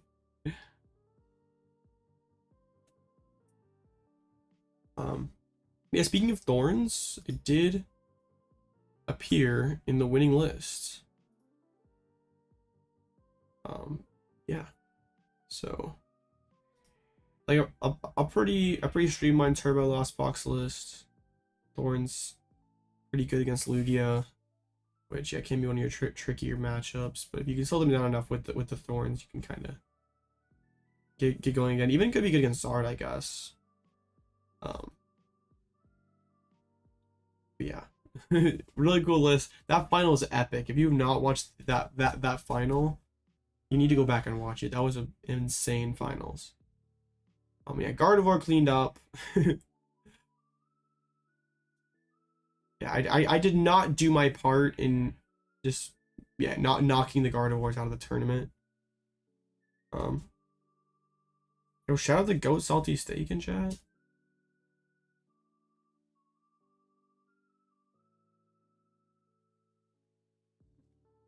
When you hit Thorns Nosy, you knew it was sauce. Yeah.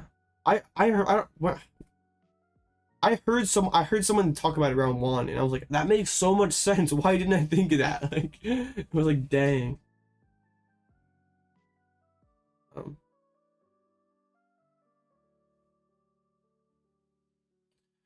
The thing is though, Stefan like could have not made that game come down to a coin flip.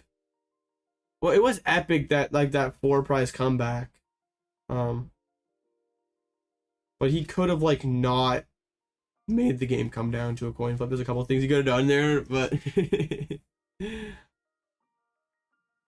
was alright. It was a pretty epic final.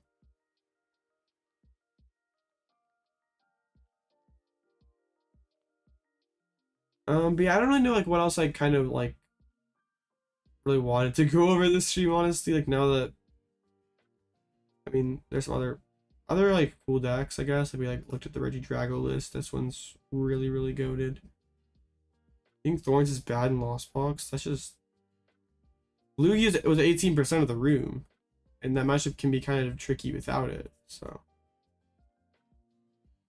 there was the Aussies did do very well.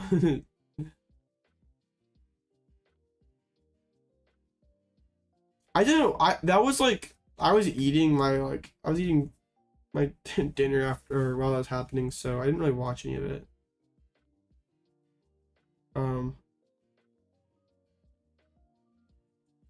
But yeah, I heard it like it was kind of controversial. Like Kato got a slow play penalty, and then like totally threw game 3 or something. Guardian v Bird feels like, or with the list that I played, feels really like 50-50. Whoever draws better wins. But I want to like try to fit the Water Thornton package.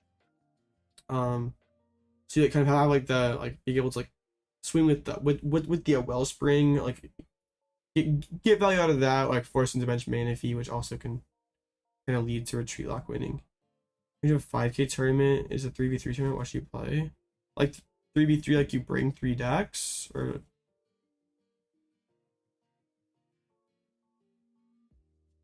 Friend Dylan lost a Brent. The winner was CPAL. CPAL's pretty good. I'm surprised Nick Moffat played like 7 HP Bidoof. Yeah. I was like surprised like people like wrote off CPAL so badly. The deck seems pretty good. I was very surprised. Like people was like, we're not playing it. It just like always seemed cool.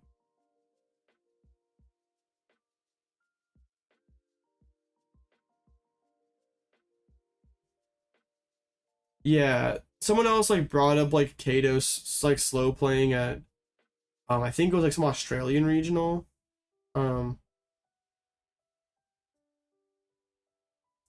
But yeah, definitely is not like have a very good reputation, so yeah. I know like Josh Frink also made a post on Twitter about being slow played, and then like later the day on stream Kato gets a penalty for slow playing, so it's kind of funny how that all happens. He beat James Cox day one, but the Aussies figured out the matchup day 2. The Aussies are cracked, honestly. Like honestly, like if you just like pick like the 5 best players from a certain region, yeah, like are the Aussies the best, honestly? Like if you pick like the yeah, you like this trio, yeah, and James and Henry, like honestly, who's beating that 5?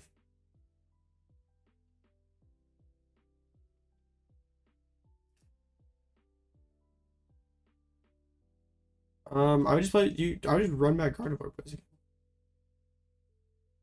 I haven't also played versus Ancient Box on stream. I didn't watch that, so I couldn't. Yeah, I can't confirm or deny that. There was some kind of like controversial stuff that happened this weekend. Do I delve into the controversial stuff? I don't have any of that like stuff pulled up, but it was like kind of crazy on the floor hearing it happen. I just love like the instant flood of yeses.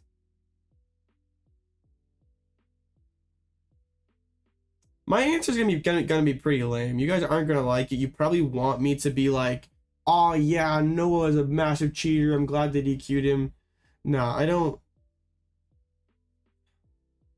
I really hate taking sides in these like Twitter drama things, because like people just like rush to take people's sides like, without either taking someone else's incomplete information, not fully taking in their own information. This or that, and like honestly, and a lot of these like Twitter drama things, like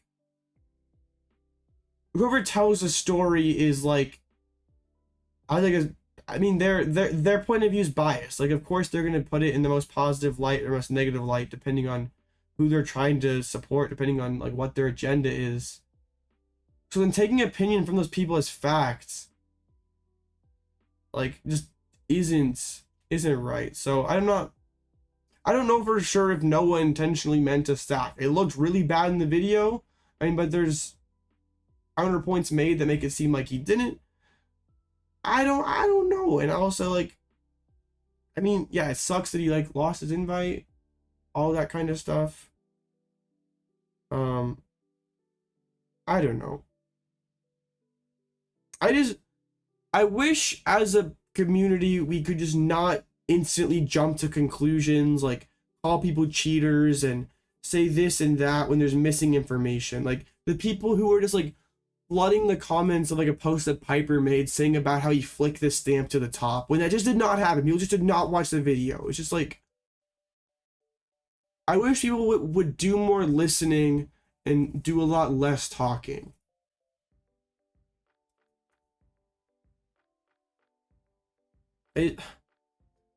Yeah, I don't know if he stacked or not, and I'm not gonna like say one thing or another because I don't know for certain, and that would just, I feel like it's kind of irresponsible to put out an opinion that's just not fully informed. And then on the whole Gabe Fernandez thing, kind of same basic story where like his story doesn't really make a ton of sense. Like I feel like there's missing information there. The judges, I don't think anything else happened with Noah. Even like Henry, his opponent that round, said he offered the cut. But yeah, on the like Gabe Fernandez thing, his story kind of doesn't add up. I don't know. I feel like there's like kind of like a distrust between like Latin American players and American judges, and then American players and Latin American judges. So I'm sure that does not help like the whole kind of thing. But yeah, it's like from what Gabriel said, it does not seem like what he did was worthy of a DQ. But also it's like kind of the same thing like the whole Noah thing, that like of course he's gonna put himself in the best possible light he can. So like I don't know. I will say though that like I do not know if he did it on purpose or not, or if he, whatever he did, if it is worthy of being DQ'd. But like one way you could consistently do well at tournaments is removing the luck element or stacking your deck. So I mean I don't know if he did or not, but I mean I know he's a really skilled player, but like I mean that would certainly help help your case at doing consistently well. But yeah, I don't know, that the information is just not complete. Here, let me just find the Twitter post because I'll make things a lot easier. Here. Oh no, the screen's black. Yeah, let me just find the Twitter post.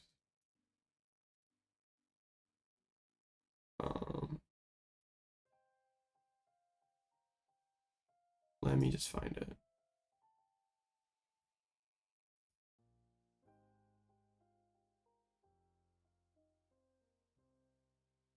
Because like, yeah, we'll just put all the information out there. Dang, it like popped off on Twitter.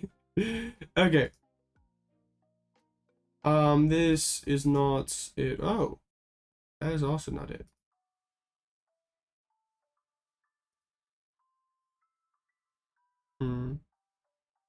Okay.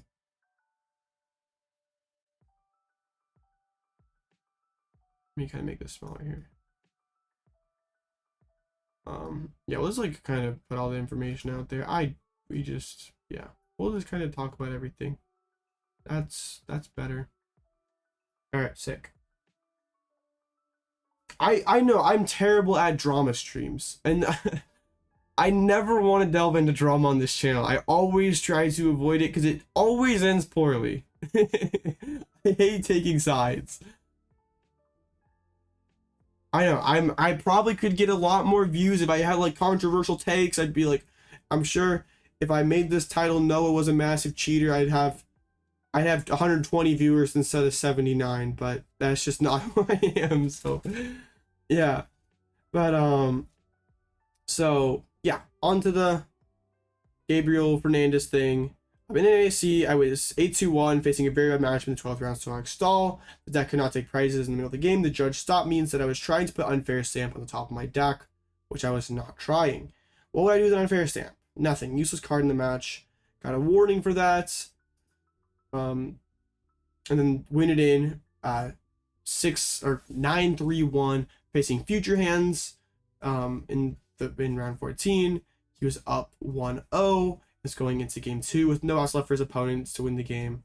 He used unfair stamp, but the judge said I was looking at my deck while shuffling. I was not looking at my deck. There was 0 cards I needed at that moment. I'm simply going to attack and getting top 8 at 10-3-1, and they decided to disqualify me. That's the only way they can stop me from winning. Yeah, I just don't. This story just doesn't add up. Like, it's like I find it hard to believe that the judges of an IC would just DQ someone for like this. And I can also see like saying like, what would I do with an unfair stamp? I mean, stacking cards on top of your deck against stall would protect against flute and sisters. So there is,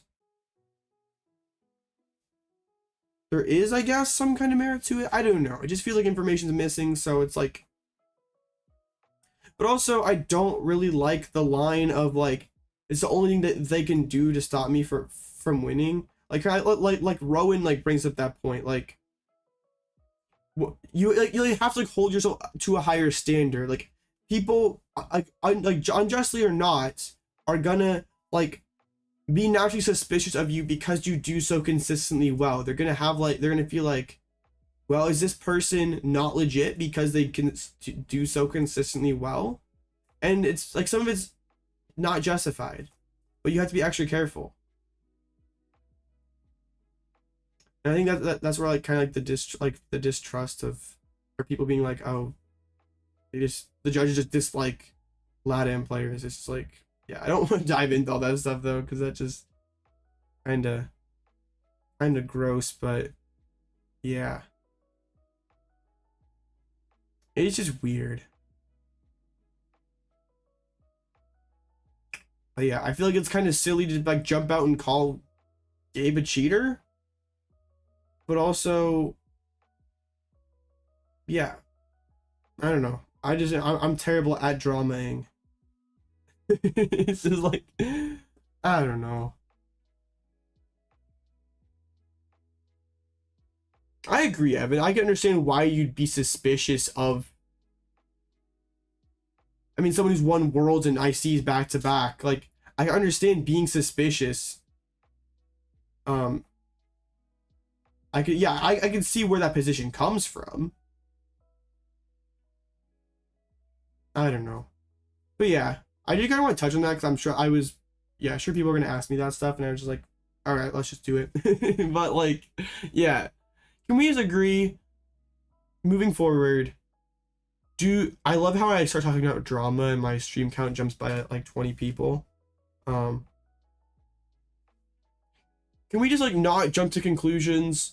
Can we not just parrot incomplete information? Can we just be rational? Like, can we be adults? Like, it's not that hard. But yeah, I know I'm terrible at dramaing. I'm really bad at dramaing.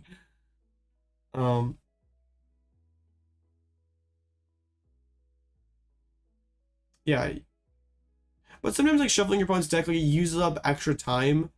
So like, if you do that every single time, you're basically wasting time. So like, a lot of times, like in game 3s where like I need to just like finish this game, I'm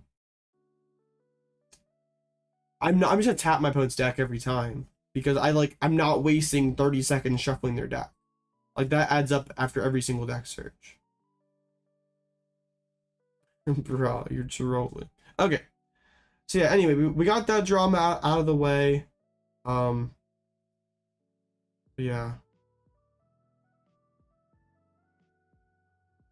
Got the optimal Tusk art. Oh, I hate to break it.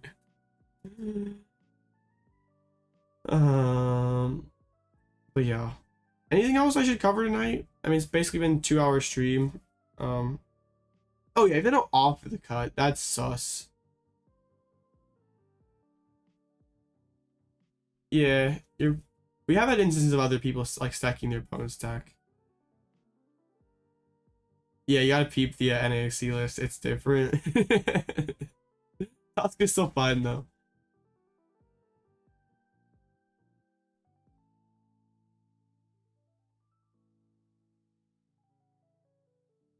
But yeah, anything else I should touch on tonight? I kind of like plan like stream for like 2 hours and like just kind of go from there.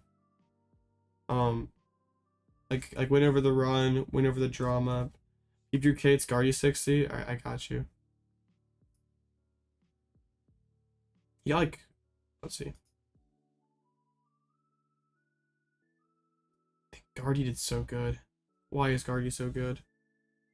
Where is it? Minus trolling. Oh, 90th. There we go.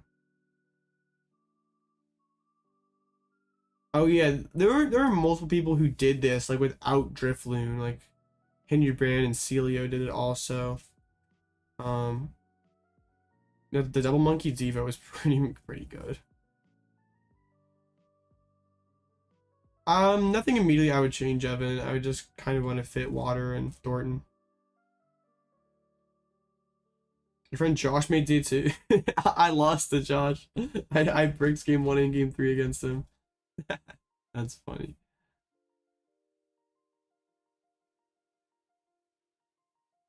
I don't know if you need Drifloon. Drifloon feels kind of fraudulent. But if lists like this become more normal, like Zard seems, I don't know, Zard seems pretty good into this.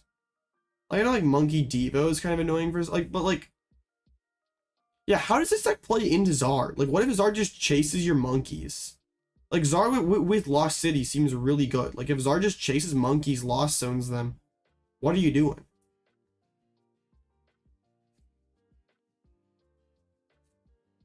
You need Drifloon for what?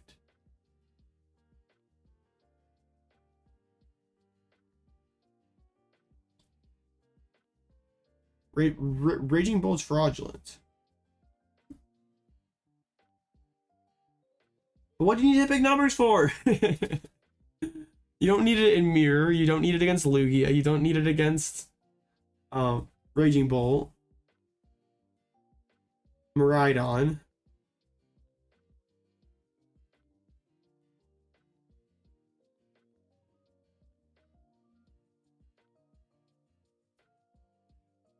Yeah.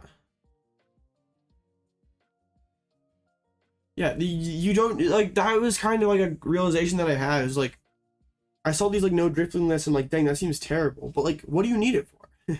It seems cope. You have to play like bad cards like Bravery Charm in your deck. Like, honestly, I know it sounds weird, but like, sit down and think about it for a moment.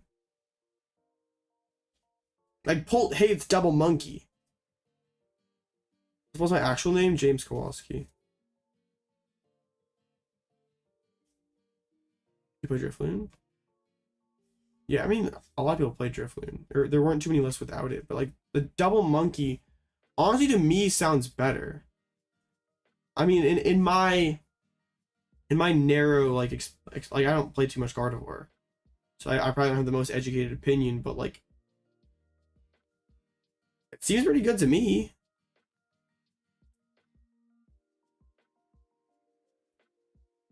Thought your list was pretty optimal.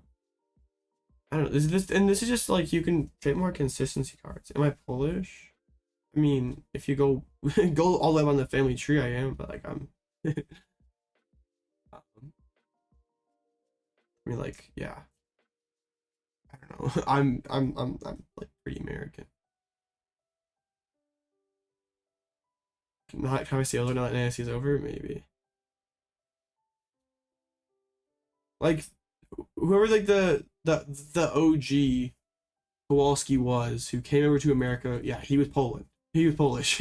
But like, that's I'm several generations removed from that. Survival Brace? Yeah, Survival Brace is sauce.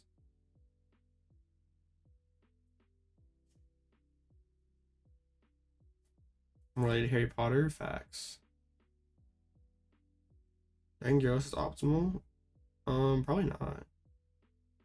I like, okay, I saw Henry's list and it like really threw me off, but not gonna lie, this one's pretty hot.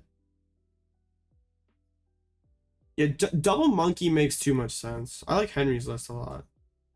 Not so sure about like Irida over an Arven. Guardy is PDIF, yes.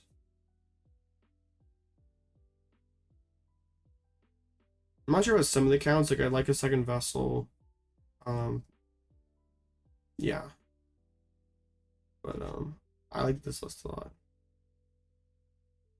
A bit optimal. It's either optimal or it isn't. There can't be multiple optimal 60s.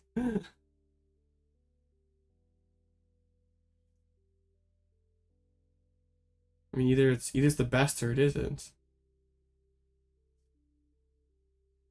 I mean, you gotta set up. So,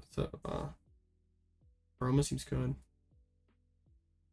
Puzzles related to Newton and Einstein. Okay. Hold up, chat. Aroma's perfectly fine. I don't mind Billy.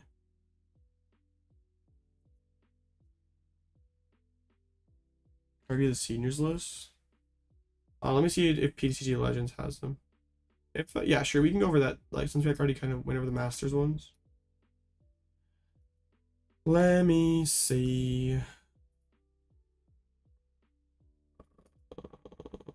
No, PTCG Legends doesn't have them, so yeah, I cannot, unfortunately.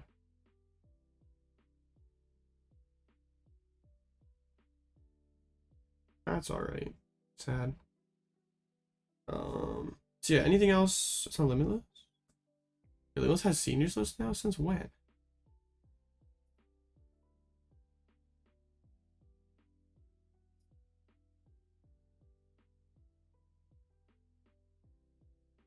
Am I just trolling? You've always had to be you're trolling. Your upper's got a Saucy and Guardy. Oh, you're cooking, Pokeshark. Oh, well, that's not unlimited. That's just Arcane Input. Yeah, that website's so laggy. I'm not. We ain't doing that. That's an Arcane 9, not limited.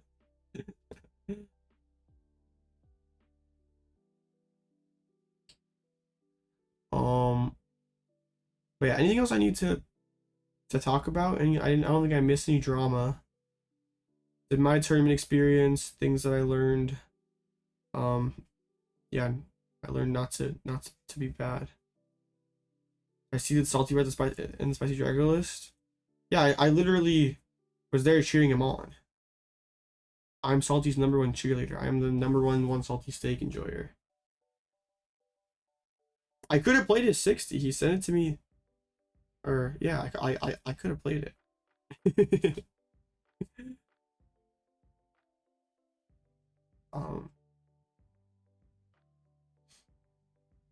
But yeah.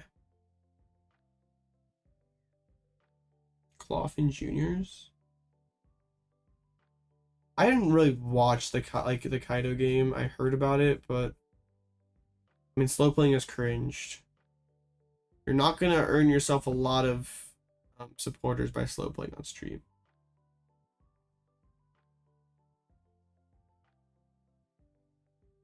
Bruh, I'm sorry. I threw by playing control. But yeah, that was the go-to list. Oh well, what could have been? Jet motivates me to try harder next year. Next season, not next year. It'll be this year. I don't know. I'm like so addicted to playing IRL tournaments. Like it's such a fun experience. It's gonna be like 2 months before, like not even more than that, before like the next major. Oh well. Should you play control at the 5K? I mean, control's pretty good.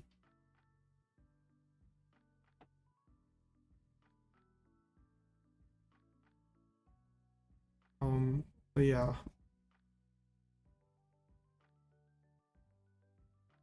I think that's gonna be about it for me tonight then, unless there's anything else that like y'all like any questions, any other topics I missed really. Yeah. I guess things to be taken away is don't be cringe and jump to conclusions without hearing both sides of the story, and even then both sides like information could still be missing, so just don't be cringe. I don't know.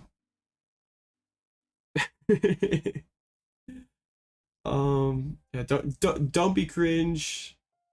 Pokemon's a game, have fun with it. It's a pretty cool game, but still have fun with it. Don't get too emotional over it. Don't be me. I'm gonna make a how to play this deck guide video. That's like my next big project. Yeah, I'm gonna work on that. So hopefully have that out by like the end of next week.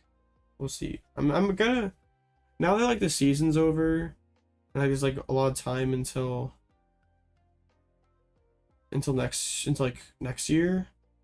I really want to like put more effort into my content because I feel like the lives are cool, but I feel like I've been kind of slacking with like the long form stuff. So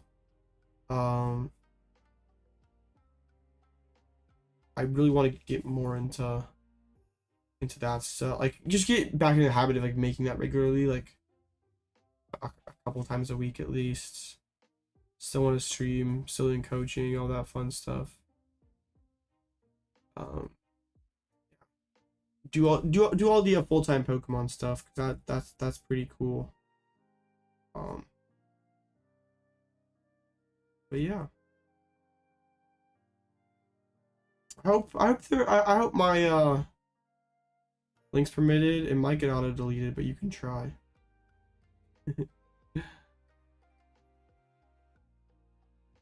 I hope there's like something to be learned like through my tournament babbling. Yeah, hopefully it was informative in some way, shape, or form.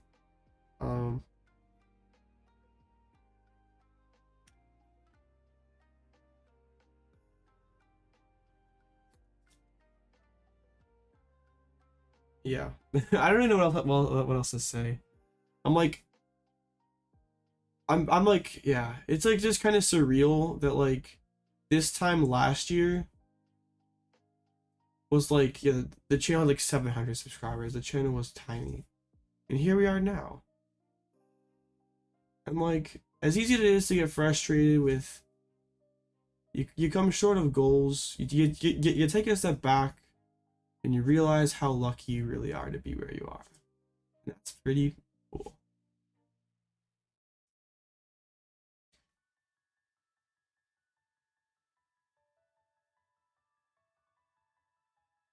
Yeah, I don't know what else to say. Trying not to cry.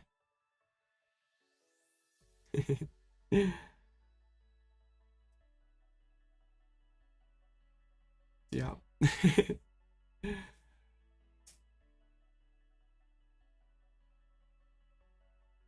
All right. Well, don't be cringe.